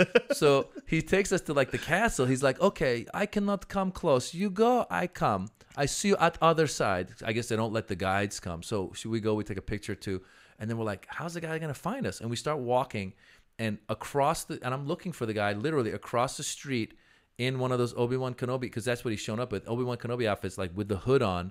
He's kind of across the street watching us, nodding, and he's like, keep walking. So he kind of kept an eye on us. And you know how like in Star Wars, like Obi-Wan was kind of weird like that, like disappeared. And so I was like, George Lucas must have come here and gotten a guide, and then he came up with the fucking Obi-Wan Kenobi. Wow, that's so weird. So how long has this guide outfit existed? Dude, the guide outfit was his like day outfit, and then by night he would show up kind of dressed regularly. Whoa, yeah. That's so strange. Yeah. How long did you ask how many years they'd been doing this? Is it an ancient tradition? I didn't ask him about I didn't ask him about the outfit. I just realized there was a bunch of guys with the outfit around. Like it was basically you'd have like your clothes underneath and you just throw the robe on. It's almost like you know, like a judge. Like they just put it over. Did you have a pet monkey that robbed you? There was a pet monkey that robbed us. There was. It's funny you say that, because they actually, first of all, they do have pet monkeys out there that do tricks and stuff. But what he did was he took us to a rug store. That he's like, you want to see rugs? And I'm like, and at the time I was living with my mom. Like I was dating my girlfriend, but I was living with my mom, and I didn't have an apartment, so I had nowhere to put rugs. I was like, no, I don't need a rug. He's like, just come, we look at the rug, you know. And so finally, like we go into this place. These guys, the Moroccans, are the biggest sales people. Like they will push you till you buy. Like the guy, he came out, he's like, I look at the rugs. I was like, I don't really want to look at rugs. He's like, just look, it's okay. So, and then they bring you out mint tea. So now I'm looking at, my girl. I'm like, oh, this is fun. They're going to give us free mint tea, and all we got to do is look at some rugs. And he's like, okay, out of these 10, which do you like? I'm like, those are kind of nice. He's like, okay, I give to you for, whatever, $5,000. I'm like, dude, I don't have a place to put them. He's like, okay, which 3 do you like? I was like, I don't want any. He started negotiating. I didn't even know I was negotiating. Finally, I'm like, okay. First of all, I'm waiting for her to bust in with like, look, dude, we don't want the fucking rugs. But she's just sitting there going like, because later on I asked her, I was like, why don't you bust in? She's like, I thought you're the man. You're gonna take it. I was like, no, you got to come in as like the tight ass. And then finally, what was funny was I was like, oh, I got the Trump card here, because it was literally in some back alley with like barely they barely had like the door, it was all old school, like the bells, like there was like nothing technical about the place. I'm like, I got the Trump card right here. I'm just gonna let the dude know I got no cash, bro. I got credit cards. And I said that, and he's like, we have credit card machine. Wow. He went and got the old the roller, the old thing. And then they sold me 3 rugs. Yeah, I'm not kidding. And the funny thing is, they shipped it to America, and I'm not kidding. I had no place to put them. For 6 months, I drove around with 3 rugs in my trunk. Oh, jeez. And I was just, like, You I was still like, have them? I gave them away to relatives that had apartments. Like, I actually have started to talk about it in stand up, and I go like, for 6 months I was going around trying to sell it to relatives. You know, no, you just look, have some mint tea. You know, but that's how they get you, man. But it's like, but that's like $1,200, man, $1,200. I was like, I have no idea what I don't know if they're worth it. I have no idea. He scored. He scored on you. Oh yeah, they ate for a month. It's funny how many cultures there are like that barter and, like you try to get you to buy things on the street. Oh, yeah. Street peddling is like a big part of a lot of cultures. Oh, yeah. That freaked me out when I first went to Tijuana. Oh, yeah. I'd never seen that before en masse, where people just selling everything on the street. This was like way back in the. I went with Wheels. Oh, yeah. Wheels Parisi, yeah. Wheels Parisi were doing the Comedy Store in La Jolla. Oh, yeah. And Wheels didn't even know how to get there. I go, do you know how to go there? Yeah, I know how to go. He didn't know where the fuck he was going. I'm like, how do we get back to America? Yeah, I'm not sure. Totally lost. No navigation systems back then. This is like the late 90s and shit. No one knew where you were lost, man. I was like, we got to get the fuck out of Mexico. I was in Mexico. I was in Tijuana for 20 minutes. I was like, this is crazy. Yeah. It's like, I couldn't believe the stark contrast between San Diego, cross the border, all of a sudden you're in a third world. Like, whoa, like this is hookers everywhere. Yeah. Girls walking the street, and you see guns open. Yeah. You see like open guns. Yeah. There was like so many creepy little fucking spots, and we were driving around these little weird cities, and I'm in a Toyota Supra Turbo, shiny looking like an LA douchebag, looking like a victim. And the federales look free. That's the problem in these places is the cops are even. You got to look out for the cops. Yeah, they're trying to rob you, man. I had that in Mexico where the guy, because then what they do is like, first of all, you walk into like the Mexican bazaar I went into, like there was nobody there. It was like dead. It was like middle of the day, no one's there, and I walk in there and the guy's like, "Hey, you want to buy like a bag or whatever? You want to buy shoes?" I'm like, "No, it's all right." He's like, "How about some weed?" I'm like, "No." He's like, "Cocaine?" I'm like, "No." And then he's like, "Fucking pussy!" Like they turn on you. I'm like, "What happened, man? We were bros." He's like, "You fucking pussy." Just because I don't want your heroin? Yeah. Come on, man. I'm like, we got to get out of here, man. Yeah, Mexico is a trippy place. It's so strange that it's connected, and people don't seem to recognize that threat, the fact that it's connected. I know. They actually said that McCain just came out, not that this means anything, but McCain just came out and said that giant forest fire they have going on right now in Arizona. You know about that, right? Yeah. Huge, out of control wildfire, and they think it was started by illegal immigrants setting up camp. Oh wow. Yeah, well, because a lot of guys, they cross the border in Arizona, do little campfires and shit, and whoops, forgot to put the campfire out. Shit. Giant fucking 140,000 acre. Who knows how many acres it is now? That's crazy. It's insane, but it's I'm actually scheduled to do some show in Mexico, like in the fall. And what's funny is like, people are always scared of the Middle East and stuff. But like my wife and I were talking about like, all these kidnappings and stuff going on in Mexico. And it's like, is it worth going down there? And, Yeah, I'm thinking about the same thing, like Cabo. I was just thinking of going somewhere in Mexico, but is it even worth going? I heard that if you go to resorts, you're fine. My friend Matt just got back from Cabo. He goes to Cabo all the time. It? He loves it. Cabo's supposed to still be nice, but there's Acapulco, which is real dangerous now. Acapulco is supposed to be dangerous. Cancun's supposed to be a little tricky. They, for the most part, avoid the resort towns. They don't. They want to fuck up business for everybody. But in Acapulco, they've jacked people in resorts. Really? Yeah, Acapulco is apparently pretty shady right now. But Cabo's supposed to be still good. I was in Cabo. It was good. It was a nice resort. It's actually funny. Before all this was kind of going on, like 5-6 years ago, I went to Cabo and we were staying at the Hilton, and it was a nice place. And it was kind of funny because everyone was out there, obviously, tourists in their bathing suits, and these two dudes showed up. It was like like Keystone. It wasn't Keystone. It was like bumbling idiot criminals. They showed up. These two guys with empty bags, like duffel bags almost, with their shirts off as if they're tourists, with jeans. Obviously not tourists. Like, and there were these two Mexican dudes walking around the pool, like just checking shit out, and like just walking around looking for a place to like start snatching things. And I looked at my wife. I was like, "Do those guys seem like they fit in here?" She's like, "No." I was like, "I better tell somebody." And went over to the manager. We're like, "Those two dudes don't look like they're hotel clients." And the next thing you know, they're getting escorted out. Oh, really? They'd walked in, but it's like they did not invest in a bathing suit, so at least you look the part. Wow. They were in there with their jeans, with their shirts off. Obviously not, just did not fit in at all. It's weird how quickly it's changed. I went on vacation in Cancun, I think in like 2000, 2001.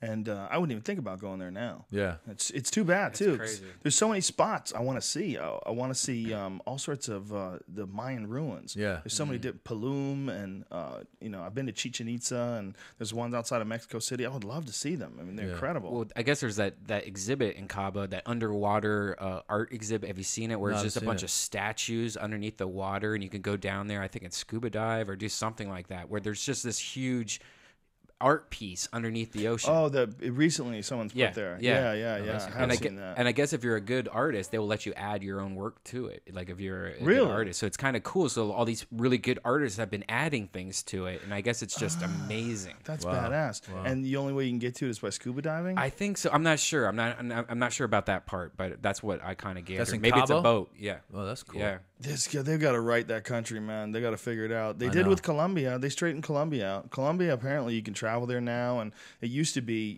back in the 80s when the cocaine crisis was going on, Colombia was just ridiculous. Medellin was a goddamn war zone. Yeah. But now, apparently, you can go to Colombia. Like, they've taken care of shit. They've cleaned it up. But I don't know if they're ever going to be able to do that with Mexico. It's just it's so close to the supply. The cash supply of America is like right there. Yeah. If they can get the drugs and get that shit across quickly. And they're doing crazy shit like rolling heads into discotheques and shit. Have you heard about that? Like yeah. kill people and roll head. I mean, at what point do you go, I killed him, I cut off his head, let's roll it in a discotheque? The other thing I've been thinking of is I guess Japan is so broke right now that it's so cheap to fly to Japan right now. They need people to come to Japan because no one's going now.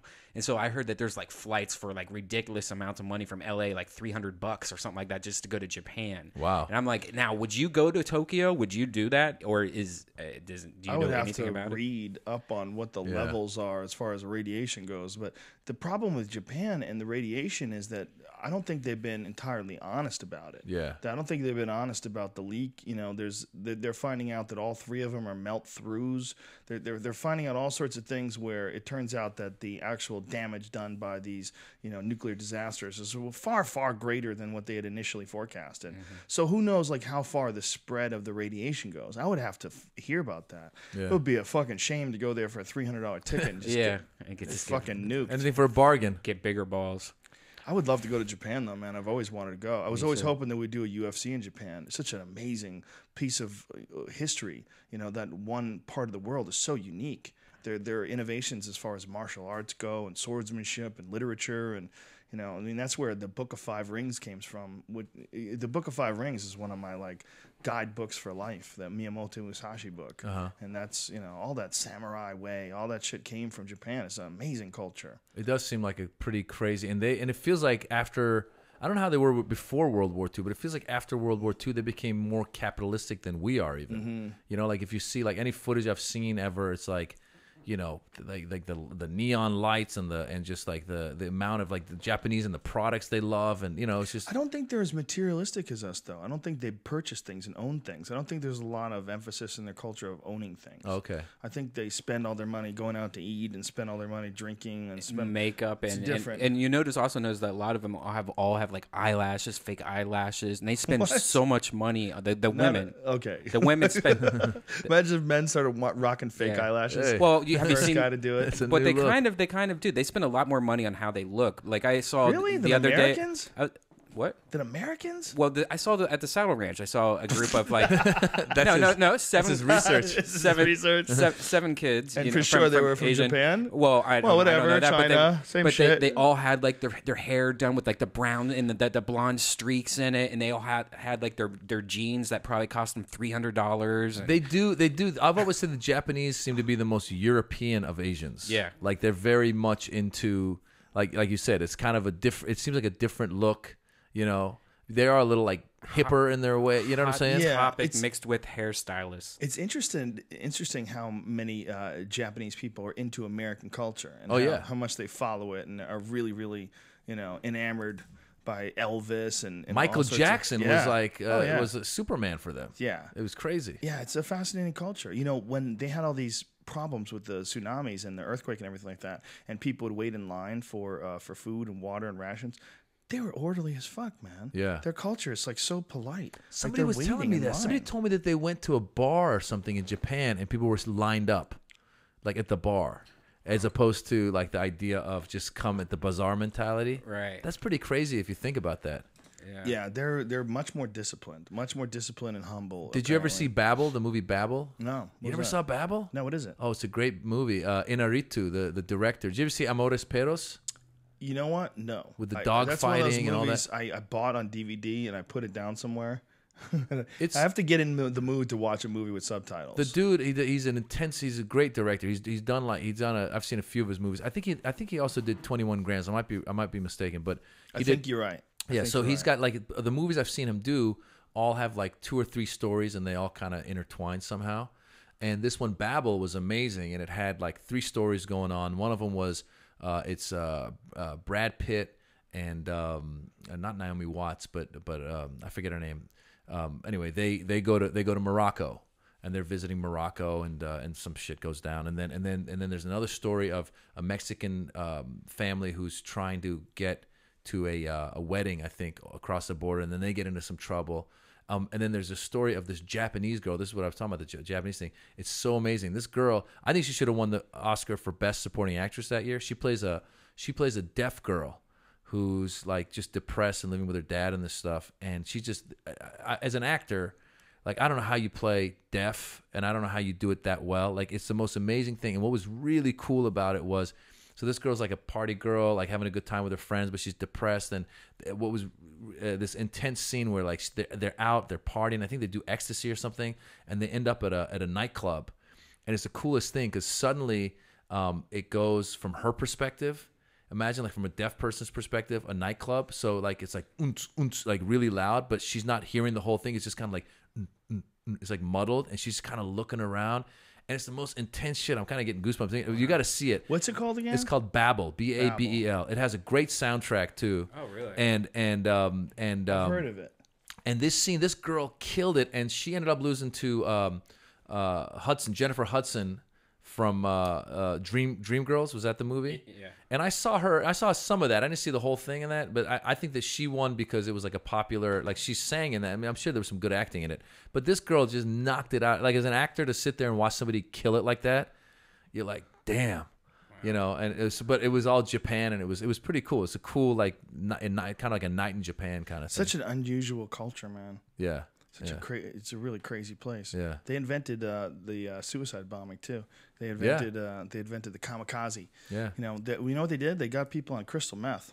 Really? Yeah, that's how they got them to do kamikaze work. They gave them crazy amphetamines, and made them just fucking do nutty shit. Crazy is that? That makes sense, right? You know what's interesting is when you realize, like, that's good to know. Like when you realize sometimes the motivation behind some things.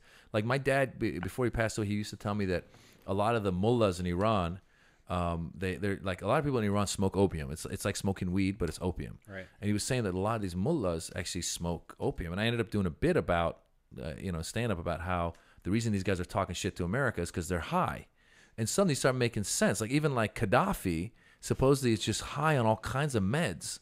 And so you realize why the guy's out there talking like he's fucking Tony Montana. Right. I don't know if you've seen some of the quotes, but he's like, I'm going to fight till the death. Yeah. Da, da, da. So, somebody might give him like credit as like, I mean, his followers would be like credit for like, oh, this guy's got balls. He's standing up to America. But no, the guy's fucking high. He's just talking shit. Right. And the same thing with these guys that are kamikaze, it's like, oh, wow, it takes a lot of balls to do that. Yeah, if you're fucking high on meth, you're like, yeah, I think I'm about to fucking take on this fucking boat with my little plane. I just saw a movie. You guys remember see that movie Airport? It was big in the 70s. It was kind of Airport. Yeah, it was about a terrorism act that this guy lost his job. The economy was shit, and he was going to kill himself to collect on insurance. And so he went on this plane, and it was kind of cool to see like how planes used to be, where people are smoking on them, and all this crap. And then he blew up a bomb on the plane, and it was so funny seeing how we used to think if a bomb blew up on a plane, like how this little hole came out and the wind blew around a little. It was like, oh, it's windy in here, like the plane's not special falling effects to the ground or anything like that. Yeah. But dude, it was also weird just seeing like how the airport security used to be, how how movies like this was a movie about a terrorist blowing up a bomb in 79 or 72 or something. I think it was even earlier than that.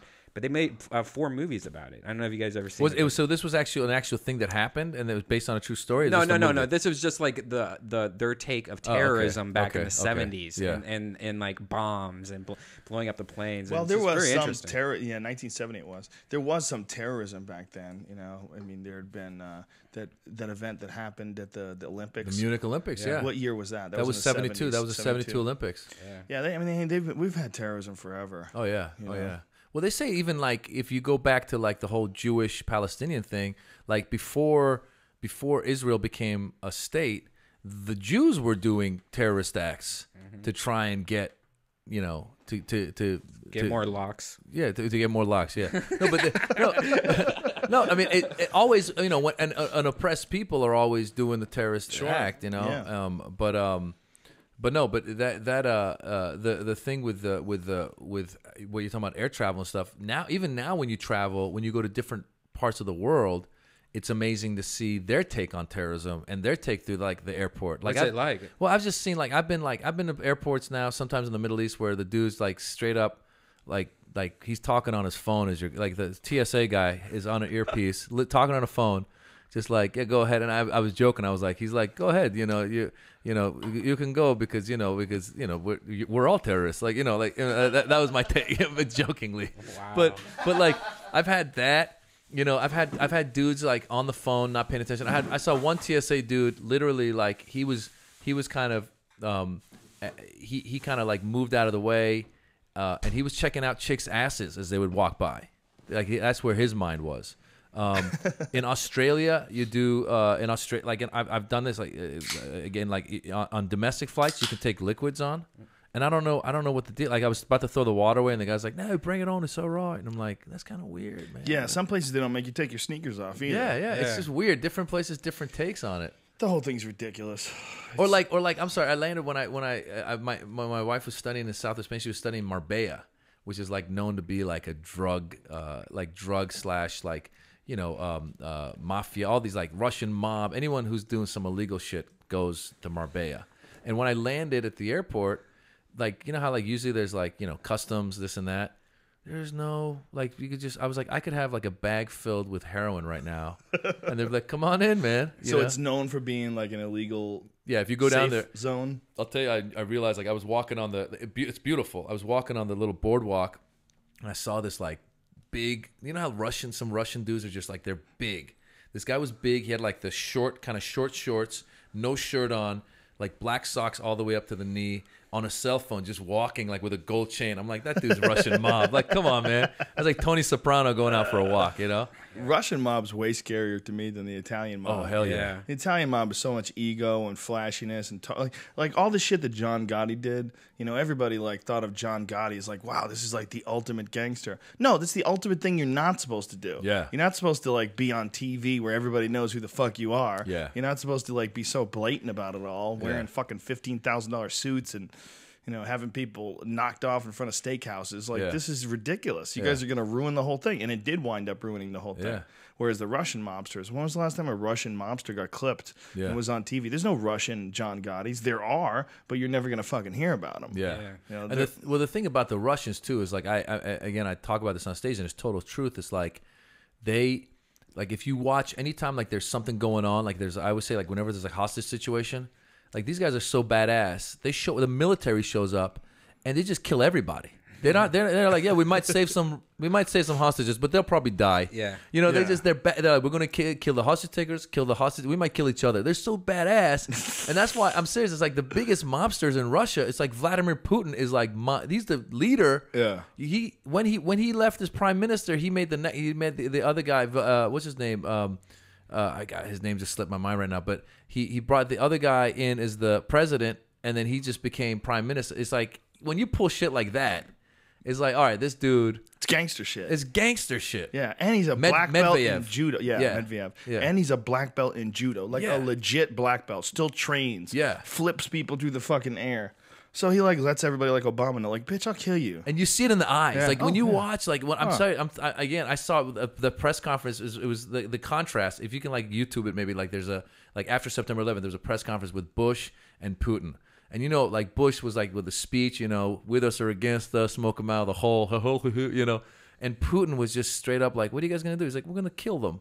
Like, who? He's like, anyone wear a turban, we kill. You know, and it's like, you see it in his eyes. He's thinking like, okay, I will say what I need to say. But afterwards, some dying is going to happen. Well, You know? apparently, Bush and Putin had a meeting, and Bush was so offensively ignorant that Putin immediately started changing the way he negotiates and deals with America afterwards. Just didn't respect what Bush had to say. Hilarious. Bush was giving him advice about things, and he's like, whoa, who the fuck are you talking to, man? Yeah. I'm Vladimir Putin, bitch. yeah, Hey, you're yeah. just the son of some fucking CIA agent Yeah, that happens yeah. to be the puppet in charge. Yeah. I'm really running shit in Yeah, Russia. yeah, That's the yeah. difference between the president of America. The president of America is some sort of a fucking figurehead for giant corporations. Yeah. The guy who's running Russia is really running Russia. Yeah, yeah, absolutely. Fuck, man. Yeah, they're pretty badass. I always say I don't fuck with Russians, man.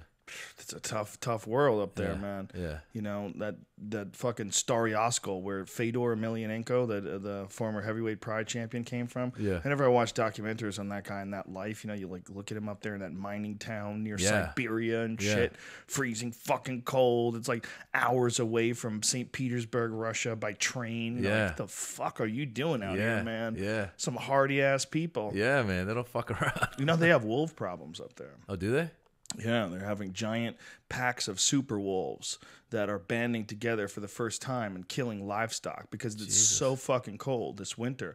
It got so cold up there that many packs of wolves joined together to become one giant pack. Oh my God. Because the freezing temperatures were killing all of their game, and they were getting desperate. So they formed some sort of a new strategy and would go into fucking towns and just jack all their livestock. Dude, that's gotta be the worst way to go. Can you imagine if you're walking home with your girlfriend or wife after dinner one night? And you're like, oh, it was a great dinner, and then you look back, you're like, that's a pack of fucking wolves. Wolves are terrifying to me. Oh, my God. Because we've killed them off in this country, and then we started restocking them. They're having a problem right now in Idaho, I believe it is, because they've stocked the giant gray wolf from Canada, and they brought it into Idaho to try to bring the populations up. But now the populations are out of control, and they're in the several thousands, and then now they're killing livestock and fucking things up. And you have to worry about them with people too, because they're big animals. They're 180 pounds. Yeah. And they will kill people. Yeah. All that big bad wolf shit and Little Red Riding Hood shit where it was always wolves. That's because wolves used to kill people. Yeah, yeah. Before we figured out tanks and jets and guns and there was a real issue. Yeah, you don't want to fuck with a wolf, man. They're like Russians. Don't fuck with them. That's funny. Well, there was a great documentary on Yellowstone and the cycle of life in Yellowstone, and one of the things it talked about is how the wolves got stronger over the winter, and all these other animals got fucked.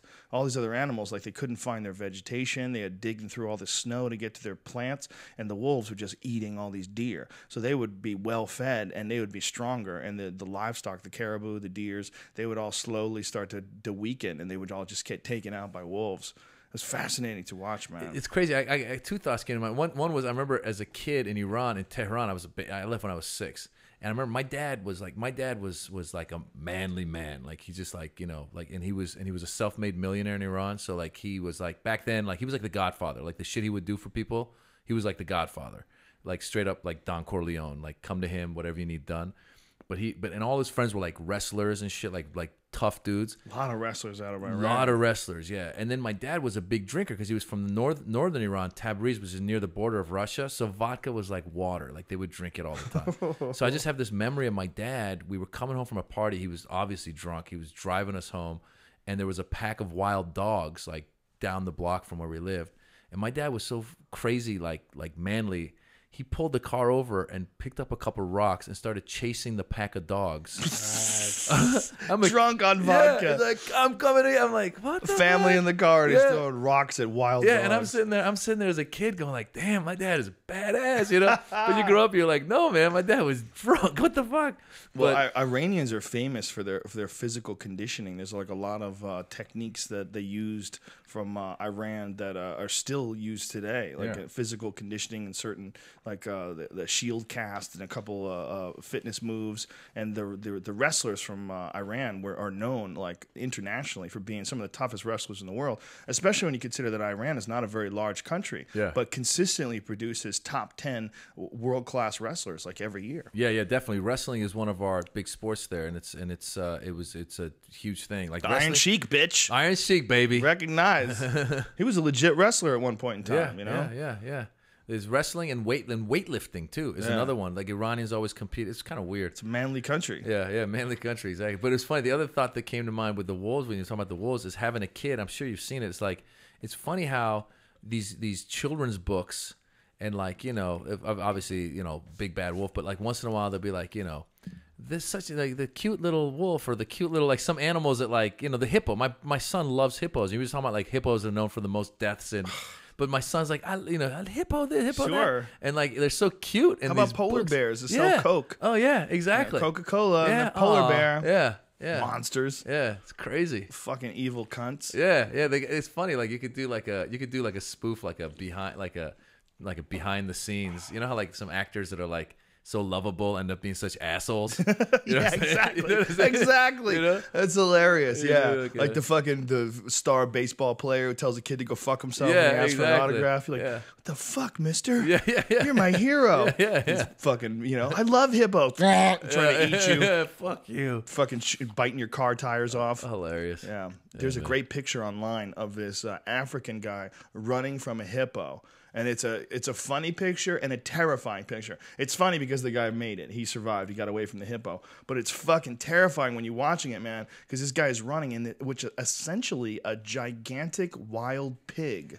It's what they are. They're a different kind of pig. They're in the family of pigs. Yeah. And pigs are ruthless assholes. Yeah. You know, and this giant wild pig is chasing this guy down the street. It's fucking terrifying. Can you imagine the thought? Like one of my thoughts at that point would be, are they supposed to run faster? Like I'd be starting to think about run fast as you know fuck. what I'm saying? Like have I ever heard of a news piece about these guys? Like you know, the only thing that keeps you safe is that they can't run too far because they're so big. Oh, wow. They're so big and they're carrying so much mass, and a lot of times they spend a lot of their time in the water. They can run, but it's not their best move. You got to outdistance them. But this guy was running fast, and this thing looked like it was like right on his ass. One of the beautiful things about this podcast is that we have this message board at joerogan.net, and whenever we bring up something like this in the podcast, there's a thread that's already dedicated to the Maz Jobrani podcast. Oh, that's hilarious. What is his name? Mr. Dennison? He puts it up.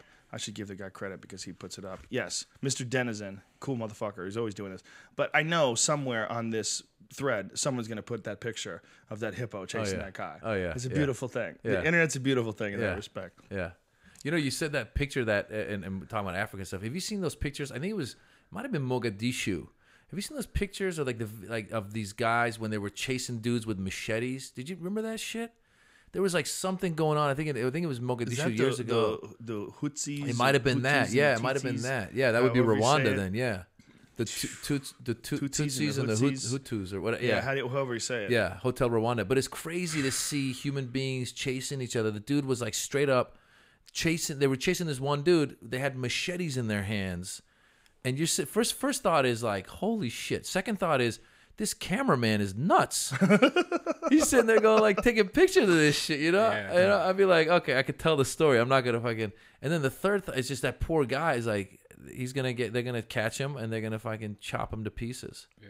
That is crazy. Human beings are such assholes. Well, especially in Africa, man. There's a long history of that shit going down in Africa. Yeah. And whatever we're talking about, the Hutus and the Tutsis, however you say it. Somebody correct me online. I don't have internet. Please, somebody on Twitter correct me. Yeah. Those guys, you know, like one of the things about the horrors of that war is that they would go into a town and kill thousands of people with machetes. Yeah. Just chop them up, and then they would pollute the river because they would throw so many bodies in the river that the water from the river would become undrinkable because it was rotten with human bodies.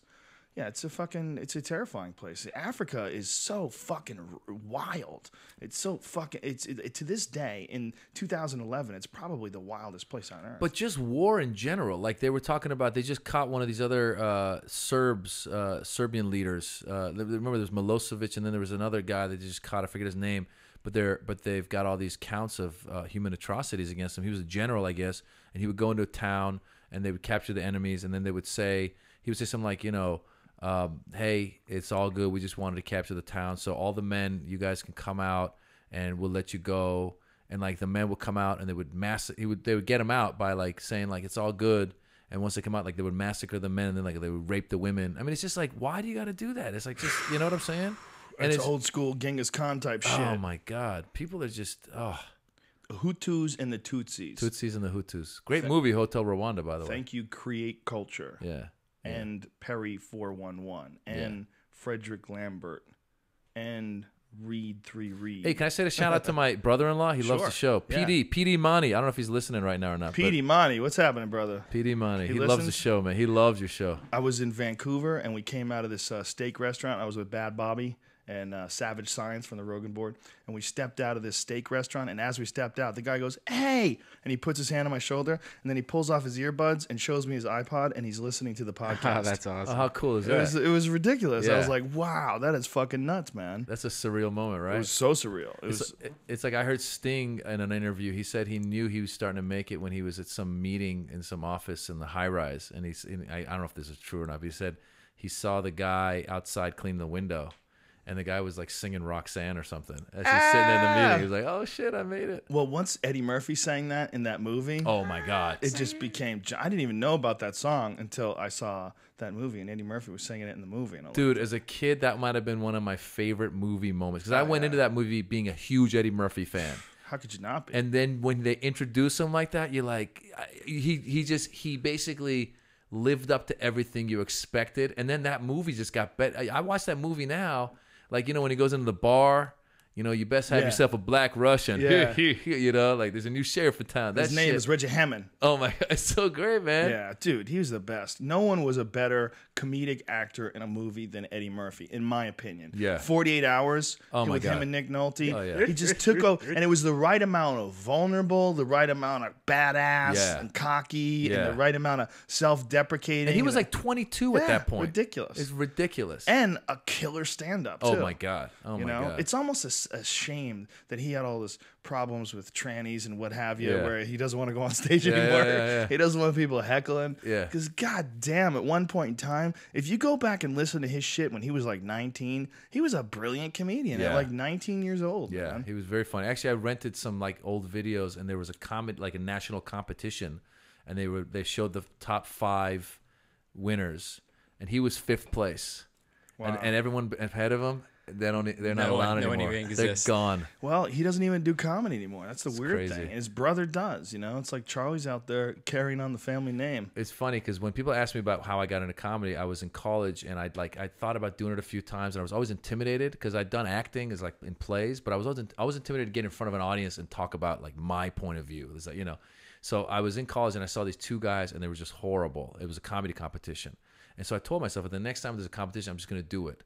So I always tell people, I say, you know, you get inspired by greatness and mediocrity. I was inspired by mediocrity. And the funny thing is, I'm just like maybe a year and a half ago, I'm at the Comedy Store in the Original Room on a Tuesday, and I just came off like this big tour in Australia where I was like headlining in front of a lot of people. And, you know, it was like automatic. I called on a Monday, just gave avails for every night. And so I get a Tuesday night show. So I go up and it's like, the crowd's not that great. I'm not into it. I'm like, I just got off the road doing, you know, 1,000 people and like in an hour 20, and now I got to do 15 minutes. I don't want to try anything new. I was like, I don't even want to be here. I was like, why'd I do this? I get on stage, I'm just all over the place. Nothing's really hitting. The only person laughing is Johnny Zapp. You know Johnny Zapp? Yeah, sure. And what's funny about Johnny Zapp is in the past, when I first became a regular at the Comedy Store, Johnny Zapp actually had like given me, like he watched the set one time and like he started giving me tags, and I didn't know who he was because he'll tell you, he's like, I was around when Richard Pryor was here, this and that. So I thought he was like a genius of comedy. So he gave me like some tags, and quickly I realized, I was like, no, there's just a dude that hangs out. He's crazy. Like, yeah, he's a crazy dude that hangs out. Like, you know, because then he started giving me the tags. I was like, these are horrible tags. And then so I'm sitting on stage, I'm kind of dying, and Zapp is the only one laughing, and I'm like, thank you, Johnny. And then I'm getting ready to get off stage, and Steve Burns, the next comic, and Steve always like does like a long kind of jokey intro for me, like whenever, who's next? Maz Jobrani. I don't know who that is. Well, whatever. This next guy, I'm not sure if you guys want to watch him. He'll do like that. So I start doing that to Steve, and I'm just riffing a little bit, and it's just getting like, this is a very mediocre set. I'm walking off stage. Zapp waves me down. It's a Tuesday night. I'm like, oh God, Zap's got a tag for me. And he goes, hey man, Eddie Murphy's here. And I thought he was in the main room because Eddie Murphy's always in the main room. Right. So I thought he was like, oh, Eddie Murphy's in the main room. I was like, so what? So I started walking, and as I'm walking, Eddie was sitting the whole set watching my set in Mitzi's seat. You know Mitzi's seat? Right. I walked past Eddie. I'm like, oh my God, I just died in front of my comedy hero. I walk down the steps. I turn around waiting for my buddy who's coming to get me. We're going to go to the Laugh Factory. Eddie walks down in front of my buddy, gives me the quick little look, doesn't say anything, just keeps walking. So in the back of my mind, the only saving grace is I'm thinking to myself, okay, he's going to make a comeback. He's going to end up on the Tonight Show. They're going to be like, what inspired you to come back? And he'd be like, you know, I was watching this mediocre set one time. Like, I'm the reason he came back. That would be awesome. You brought Eddie Murphy back. That's how I roll, man. That's fun. That's how You I know, roll. I was talking about this on the Kevin Smith show about going on stage, and you know how some guys will just go on stage fearlessly, like Chris Rock will go on stage fearlessly with a batch of new material and just hash it out and see what the fuck happens, and if it comes out, it comes out. But man, it's so tough to bomb. Oh, Like, yeah. to bomb in front of a guy like Eddie Murphy must be just fucking terrible. Oh my God. I was just and here's the funny thing was halfway through the set, I'm not kidding, it was a Tuesday night, as I was kind of like, because the whole time I'm going, just get it together and get through it and be funny. And part of me is like, I'm all over the place. So my head's really not into it.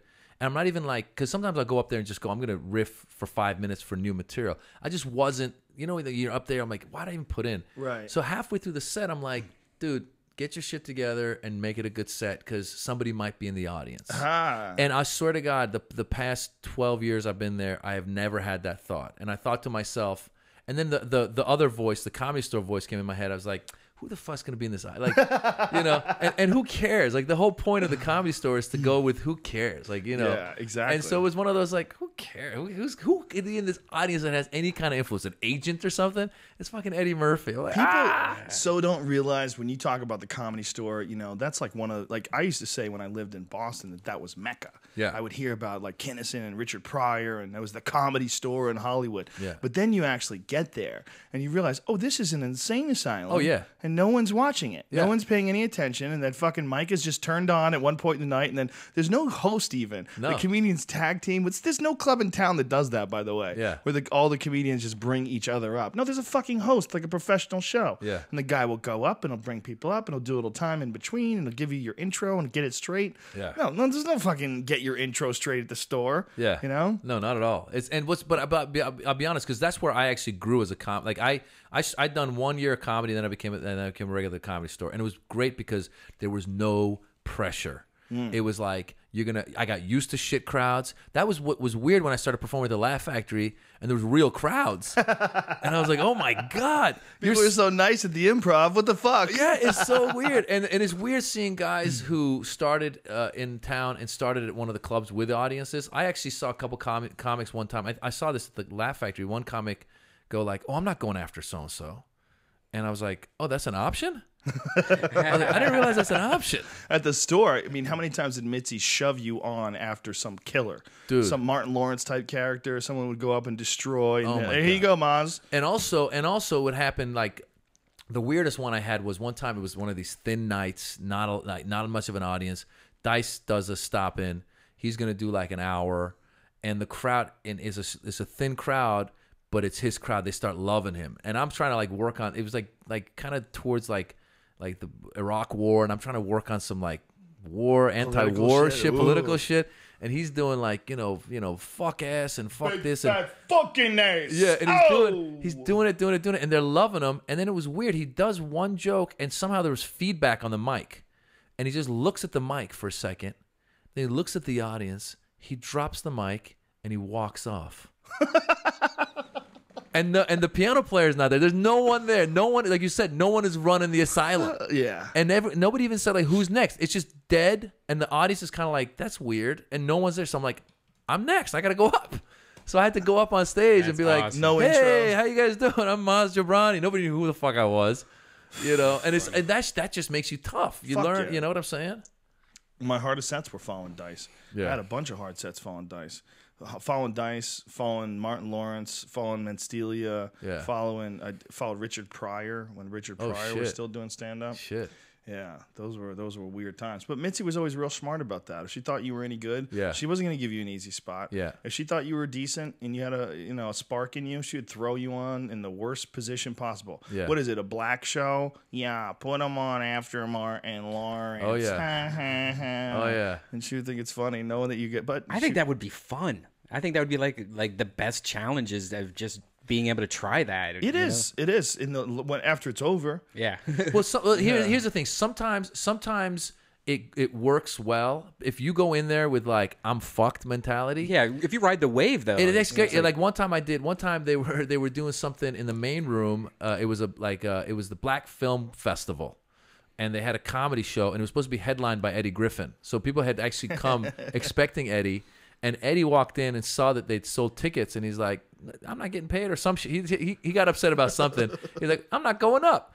So then someone came to me and they're like, "Hey, we need you to get in there to close out the show." So they were expecting Eddie Griffin, and I walk up, and it was so funny because everyone just got up and started walking out, and like there was like one table that hung out, and literally like I was so like defeated at the top.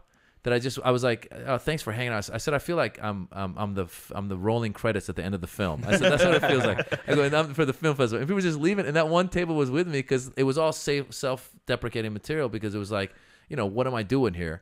And it was like 15, 20 minutes of that, and you live. Sometimes though, if you go into that situation where it's still kind of a hot crowd, and then you go in and now you gotta perform and it's like.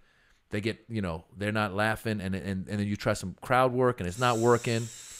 I had that on a Mo Better Mondays at the Improv one time, and it was funny because I'd gotten good because I did Friday After Next, so I had some street cred in the brack community, the brack community, and so as a holy moly donut shop, this character in the movie. So I'd been doing.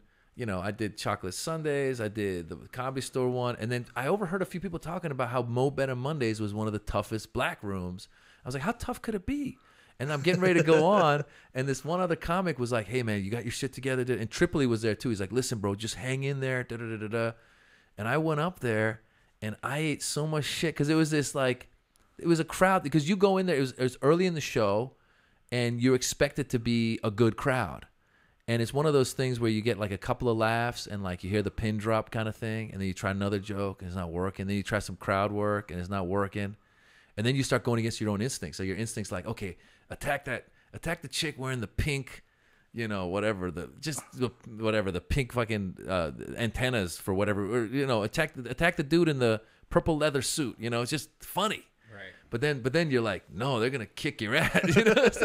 So and then you just go into like, give me that light, man. It's hard to pick on someone when you're bombing. Oh my God. You're bombing. It's really, you don't feel confident to pick on someone. Oh yeah. Oh, whoa. It's the worst.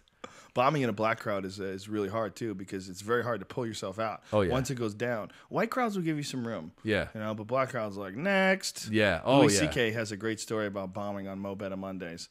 That he went up and he goes, he realized that there was no recovering. Like they didn't want you to recover. Mm-hmm. Like he tried out a joke and it didn't work. And that was it. They were like, next, get off. And Yeah. like, wait a minute, I could try some other shit. Like, nope, get out of here. Come on, guys. Yeah, but I think it's good to do like a room like that where people don't have they have no problem with booing you off the stage real quick. Oh, yeah. It's not the best thing to do all the time. No. But every now and then it's good as a little reality check. Yeah. Yeah. Yeah. Your shit better be tight, son. Yeah, Better yeah. come out that gate swinging. Yeah. Yeah. And the most important thing is the first bit. That first bit got to be strong. Oh, hell yeah. Oh, yeah. You might even want to open with your closer if it's possible. If you don't need to set that bitch up with your personality beforehand. Yeah. Yeah, you're right. You're right. Yeah. But the other good thing that you learn when you do that, because I remember learning this early on. I was like, never believe the hype, because sometimes you'll kill and you're like, I am God. and then sometimes you die and like you're like depressed. But I was like, you can never go with like the good thing about these lessons on those things is to go, listen, man, my shit's funny. They didn't work tonight. But that's a funny joke. That's a funny joke. I've had sets before where, and usually it happens in the Comedy Store original room, where it's not like an all black crowd. It's like this crowd of like, few Norwegians, couple Aussies, couple of LA, hipsters. It's all this like mixed crowd, and I'm having a blast, and they're not laughing. And I've seen comedians like be like, you guys don't get it, but I don't even go to the you don't get it. I just go like, guys, that was a funny, like I'm kind of like, you guys don't want to be on the ride. That's fine. I think that was funny, you know, and I know I'm funny. So fuck you guys. And I got another 8 minutes and I'm done, you know? Well, you know, the problem with comedy, I've always said, is that it's just called comedy. And it's not like you never go to a club to see live music. And it says live music, and you don't know if you're going to get a rap band or if you're going to get fucking Guns N' Roses or classical music. It's very clear. You know what you're going to go to. When you go to a blues club, you're going to get some blues. But when you go to a comedy club, man, you can get anything. Yeah. You know? You could get Maz Jobrani, you could get Dane Cook, you could get this guy, you get that guy. Everyone's got a different taste, and some people might love Judah Freelander, and some people might hate him and love Tracy Morgan. Yeah. So, you know, it's like it's all so subjective, man. Yeah, that's you got to true. find your audience. Yeah. But one of the beautiful things about showing up places where it's not your audience, just showing up on some random night at the Improv, is that you can't stack the deck. So you have to make some people laugh that don't even fucking know you. Yeah. Don't know your shit. Yeah. So I'm sure now you must get these huge crowds of people who know Maz Jobrani, so they come out to see you. Yeah. You know, but I think every now and then you got to go in front of some. I love shitheads. like I always say, like I don't like to be in front of everyone that knows me. One reason is you feel like, okay, they might have heard a lot of this shit. Yeah. Even if it's new, now with the internet, it's gone. Yep. And secondly, I just love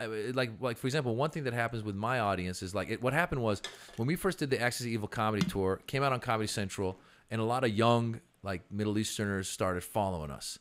But then they started bringing their parents. And growing up, like in the Middle Eastern community, like it's like, you know, you're very like you don't go too blue, like, you know, you got to be nice and polite. I mean, you could get, you know, get a little edgy, but you don't cuss. You know, like there's a whole thing. Like for the longest time with my mom and it was instilled in me, don't cuss. Definitely not around, you know, Persians. You're not gonna cuss. How much do you cuss on stage ever? I don't cuss much. I cuss a little bit, but what's funny is I like now what I do is if I make a reference to something like there's a joke I do where I mention masturbation. I actually make fun of that. That's why I love having a mixed audience, because I'll look at the white guy in the audience. I go, now, hey Mike, right now there's a table of Persians going, oh my God, he said masturbation. You know, I brought my mother. She doesn't speak English. Now I have to translate masturbation into Farsi. So I riff on what they're thinking, and inevitably there's always like this one table that's dying of laughter.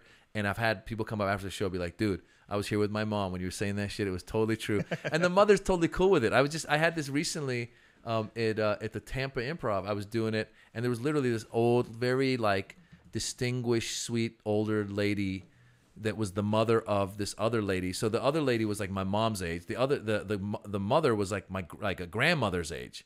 And I said masturbation. I did the riff, and the funny part of the whole thing was as I was doing the riff, the mother was leaning into the grandmother, translating everything, and I was like, holy shit, it's actually happening. And the crowd loved it because I was making fun of it, but it was actually happening. Oh, that's funny. Yeah. That's funny. Where do you like performing the best? God, I still love the original room just for creativity purposes, you know. And then what Jamie did with that Tuesday night thing. I mean, I guess, look, we all love killing in front of our audiences. Like whenever, like some of the cities I love are like DC is one of my favorite cities. First of all, one of the things I love about DC, it's very international. Secondly, everyone in DC is doing shit. Like whenever I spend a couple days in DC, you meet people like, hey, where do you work? He's like, I work at State. Oh, what's the State Department? Oh, okay, cool. What do you do? I work at the agency. Agency? CIA. Like people are actually like doing, and I always say like when I went there. Creepy. No, it was a trip. I would hate that. Dude, no, it's stand awesome. up for the CIA. No, dude, it's the craziest thing because like I always say like I was there recently. I was like, what's great about you guys is like if I'm in LA, I'll be like, what are you doing? And I'll be like, oh, I'm working on a movie about a spy who goes to to South America to overthrow the government. I go, when you come to DC, you go, what are you doing? It's like, I'm a spy who's going to go to South America to overthrow. And but it's just, you feel like you're in the heart of, like, you meet people that are doing shit. Right. Like, I remember one time actually I had a moment. I remember I was there. It was right at the time of, like, right in the heart of the Bush administration. I remember Homeland Security, Tom Ridge. Remember him? He was the first guy. And you see him on TV, and he's a talking head. He's an older dude. I was outside this like fancy restaurant in DC, and he's sitting there talking to this like attractive young girl. Kind of like you could tell his body language was all flirty, you know? And he was a big dude too. And I was like, this guy's just trying to get pussy like everyone else. I was like, he's the head of Homeland Security. He's probably like, hey, you want to see the terror alert go to orange? Let's go.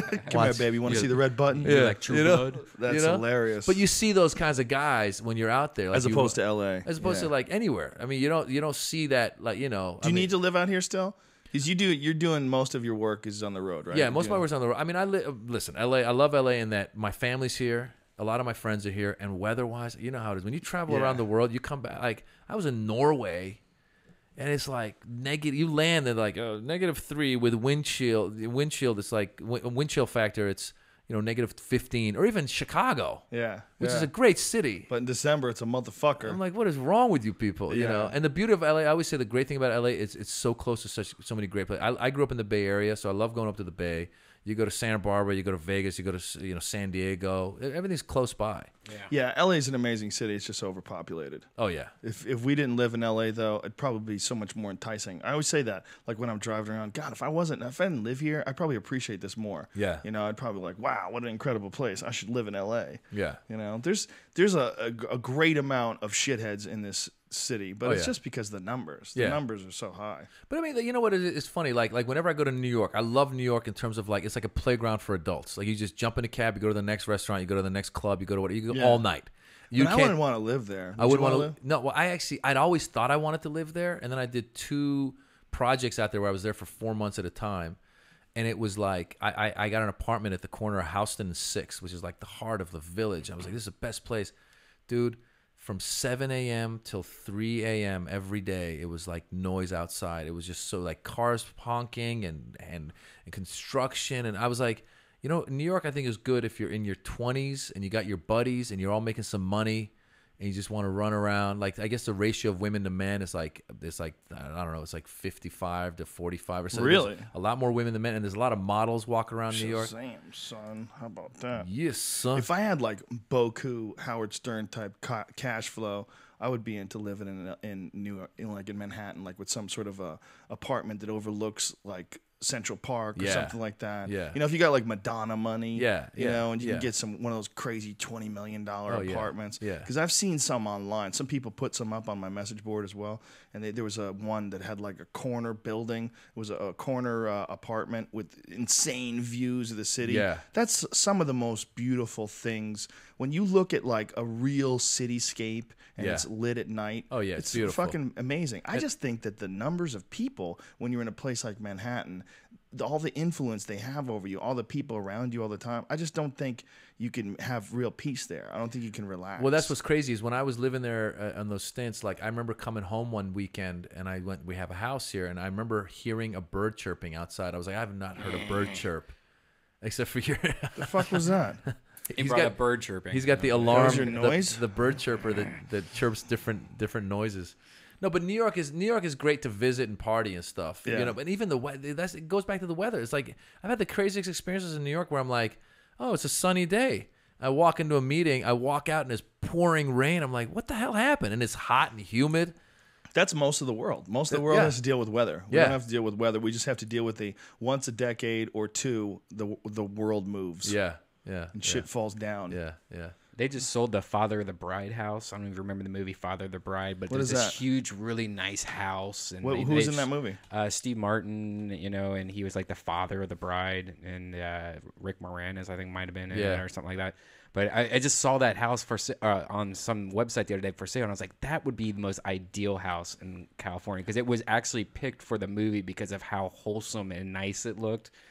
Where was it? Was it in Malibu? I want to say it was like in something like Pasadena or something weird. That's the one where Martin Short plays like a gay wedding director. Yeah, gay wedding director. Yeah, like a German gay wedding. He's actually very funny. When I was leaving Kevin Smith's place today, I did his podcast this morning, and when I was leaving his place, they had one of those tours where there's like a bus that doesn't have a top to it. Right. Oh, yeah. And people are out in the open air, and there's a star sightings, and they're driving through the Hollywood Hills, pointing out celebrities' houses. Like, how fucked is that, man? That is weird. They show people where you sleep. That's weird. Yeah. That's weird in general. Like, I don't know. Like, I've done a few tours in my life. Like, even if it's like at a museum, I get so bored so fast. I'm like, I don't need to spend an hour for you to tell me about this painting and the painter, and I'll just read 5 minutes, move on. much less sit in the fucking van and be like, oh, Kevin Smith, so and so lives here. I'm like, get me off this fucking bus. Yeah. For some people, man, meeting celebrities is very important. They Yeah, get it's very weird. excited about it. Yeah, It's weird. How you must be fucking huge in the Persian community. Well, that's how big are you? Well, it's weird. I like, you know, in terms of, I mean, the Persian community like knows me as a celebrity. It's actually funny. I was just in I was at LAX 2 days ago and had all these like flight problems, and we're running around from Southwest trying to get to American Airlines and coming back. And then I got the Google alerts, so like it sends me like if you ever get mentioned in something, like it sends you. So I was just like, I got the Google alert, and it was like celebrity spotting. I was like, huh? And I look it up, and it's so funny. Somebody was like, Maz Jobrani spotted at LAX. That's hilarious. And what was even funnier though is like, it's like, you know, like Justin Bieber has like 10,000 celebrity spottings. Like, you know, so and so has. I got 2 celebrity spottings. I'm like, hey, I'm working my way in slowly. Persians, that are spotting you. Actually, you know what's funny? This happened too. This was the weird one time. Aaron Cater and I had just done a gig in Jordan, of all places. Whoa! And we flew back, and we. What is that like? It was actually really cool. The first time we ever did Jordan was again with me, Ahmed, and Aaron. We went and did the Axis of Evil comedy tour out in the Middle East. We did 5 countries. We did like 27 shows, 30 days, all sold out. It was like, it's big fish in a small pond. You know what I'm saying? Are you allowed to talk about anything? Well, some countries like Lebanon, they go talk about whatever you want, because the Lebanese they're very liberal. Beirut, first of all, is one of the most amazing cities in the world. You gotta go check it out. It's amazing. It's like the nightlife is crazy. There's like no rules or regulations. The women are all beautiful. The food is delicious. And then you've got like that bazaar. You can go check out the bazaar kind of thing, you know, and then you could go out into the mountains. I mean, it's just amazing. I've had a great time every time I've gone to Beirut. And you can swear on stage. Swear, do whatever you sex. want. Oh yeah. Now, so that's Beirut. Then you got the other countries where a lot of times the promoters will say no sex, no religion, no politics. Oh no. God. Yeah, you're like, well, now I'm stuck. You know. They say that right before you go on stage. Yeah, right. Yeah, but that's the funny thing is when they say no politics, that means no local politics. And thank God I don't know much about the local politics, and I'm not about to challenge, you know, the Sheikh of Dubai with some, you know, stupid shit. So I lay, you know. Are you allowed to make fun of America? You can make fun of America. I can make fun of Iran. I used to make fun of the president of Iran. They loved it. If you make fun of their neighboring country, they're like, that is hilarious. You know, I don't like that leader either. They love that. How close is the government of Iran to being overthrown? That's a tough call, man. It's interesting because there's like, I mean, I love politics anyway, so I read up on it a lot, you know, and there's so many different analysts, and it's like, what it is in Iran right now, it's over 75, maybe 80 million people, and there's a lot of young people, like a majority of young people. And they have the internet, and they want a modern way of life. They want a modern way of life, but the problem is, and somebody pointed this out, they were saying when the Iranian Revolution happened under the Shah, a lot of the people that were in the leadership position under the Shah had been Western educated, and this guy made a good point. He goes, so when the revolution happened, they had the money, and they're like, screw it, we're out of here. They went to France, they went to London, they came to America, lived their life, they're all good. The people that are running the country now are not Western educated. They've been part of this revolution, you know, since '79, and they you know, so they got nowhere to go. And when the Ayatollah took over, that was all U.S. backed, right? Like there was an issue with the Shah where the United States was at a disagreement with the Shah, so they backed the Ayatollah and got him in. Listen, there's conspiracy theories in the sort, but I think, I mean, a big part of it, you could go back and trace it to actually a movement happening that was an internal movement. Because what happened was the Shah westernized the country a lot. And had a lot of progress for the country. Nonetheless, under the Shah, like as under any dictator in the Middle East, there was still a lot of people being persecuted. Like opposition was not looked, you know, was frowned upon. And you would have like these and you had different parties. You had the monarchists, then you had like the nationalists, then you had the socialists, then you had the communists, then you had the religious, you know, the Islamists. So you had all these different parties. And anytime anyone would say anything or criticize the Shah, like some dude would disappear. You know, they had, there was the Savak, which was the secret police. So there's all kinds of like intellectuals that would like criticize them and disappear. And so there was that going on. And so eventually what happened, like the Khomeini's history goes that he was actually exiled. I like how you said that, by the way. What's that? Khomeini, yeah. Khomeini. Shit was legit. Yeah. I'm trying to get my son to learn Farsi. It's the funniest thing seeing this kid. He's got like an American accent already. And he's like, 3, right? Yeah, he's 3. He'd be like, come on, you know, he fucks it up. Anyway, so Khomeini had been exiled to Iraq And he was getting, back then it was kind of like the Twitter of today. He would sneak his sermons back into Iran with tape cassettes. So all these other religious guys, there's a city named Qom, which is a religious city in Iran.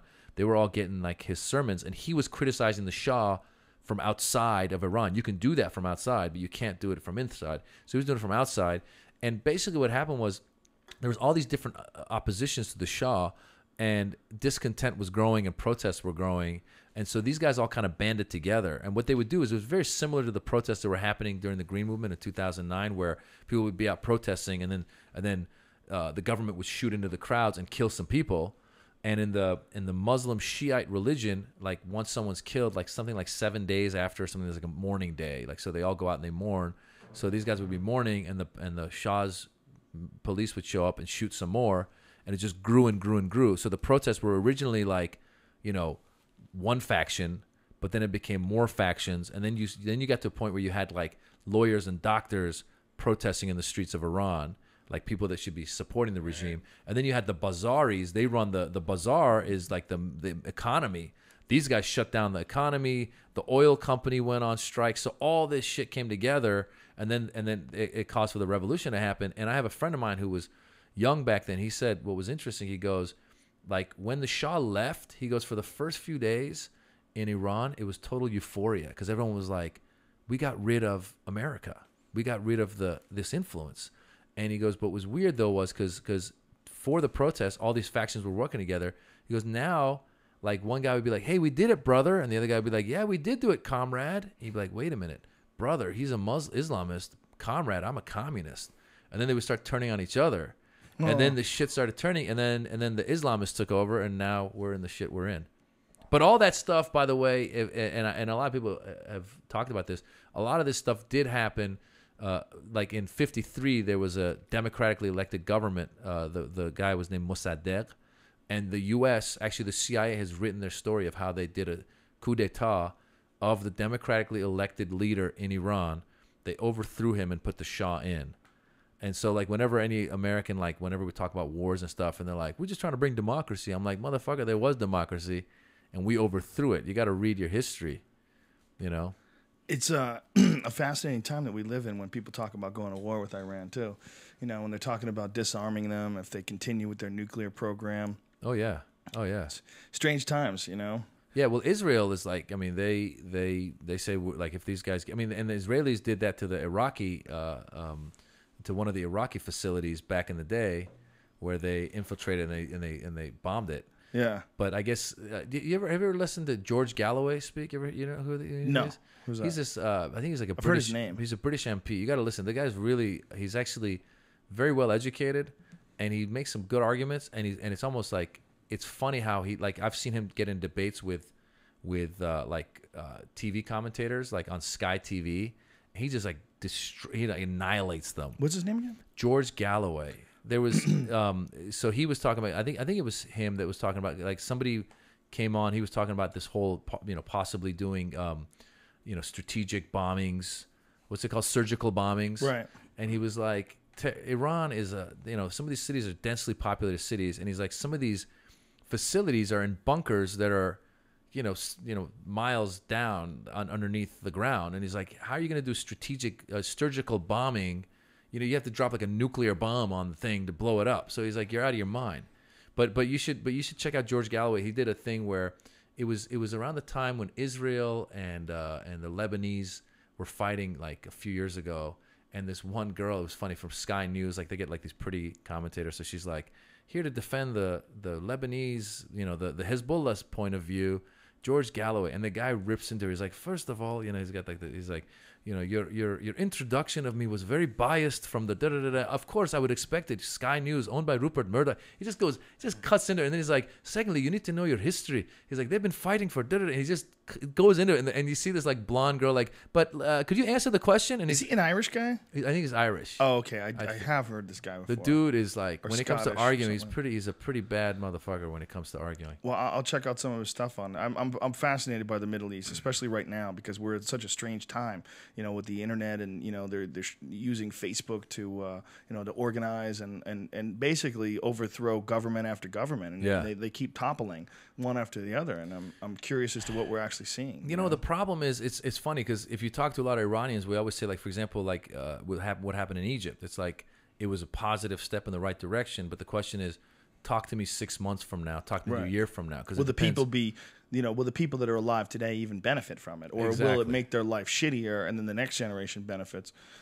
The world's in a fucking turmoil right now. I don't understand it. I don't understand economics. When people start talking about economic meltdowns, to me, the way I look at it, I go, at the end of the day, there's the same amount of shit and there's the same amount of people. So what the fuck went wrong? Yeah. We were living like kings just a couple of years ago, and now everybody's fucking in the shitter because of what? Because of an inflated economy and like what does that part even... of it, part of the things that I'm starting to see that makes some sense to me, because you're right, I a lot of times get lost in it all too, but some of the things that start making sense is when they start talking about like the difference between the haves and the have-nots, and like how like back in the day, like a CEO average would make like 20 times more than the worker. Now that some of these CEOs are making like 350 times more than the average worker. So you start going, okay, I see. Like right now they're saying that a lot of these banks have made their, like, they weren't affected by the economic crunch because we bailed them out, and now a lot of these bankers are making a lot more money, and yet the economy is supposedly still bad, and people that had mortgages that were, belly up are still belly up.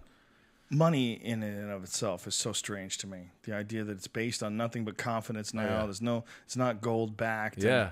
It's just like it's so hard to pay attention to everything. Yeah. There's just too much shit going on in the world. Absolutely. There's too many goddamn experiments going on. There's too many new science inventions that I have to look at every day. Yeah. There's some new one they invented where they installed some microchip into a rat's brain, and the rat recovered lost memories, and they're thinking they're going to eventually be able to do this to people. I mean, there's just so much fucking shit going on. Yeah. I can't pay attention to everything. It's impossible. Yeah. No, it is. It's pretty overwhelming sometimes.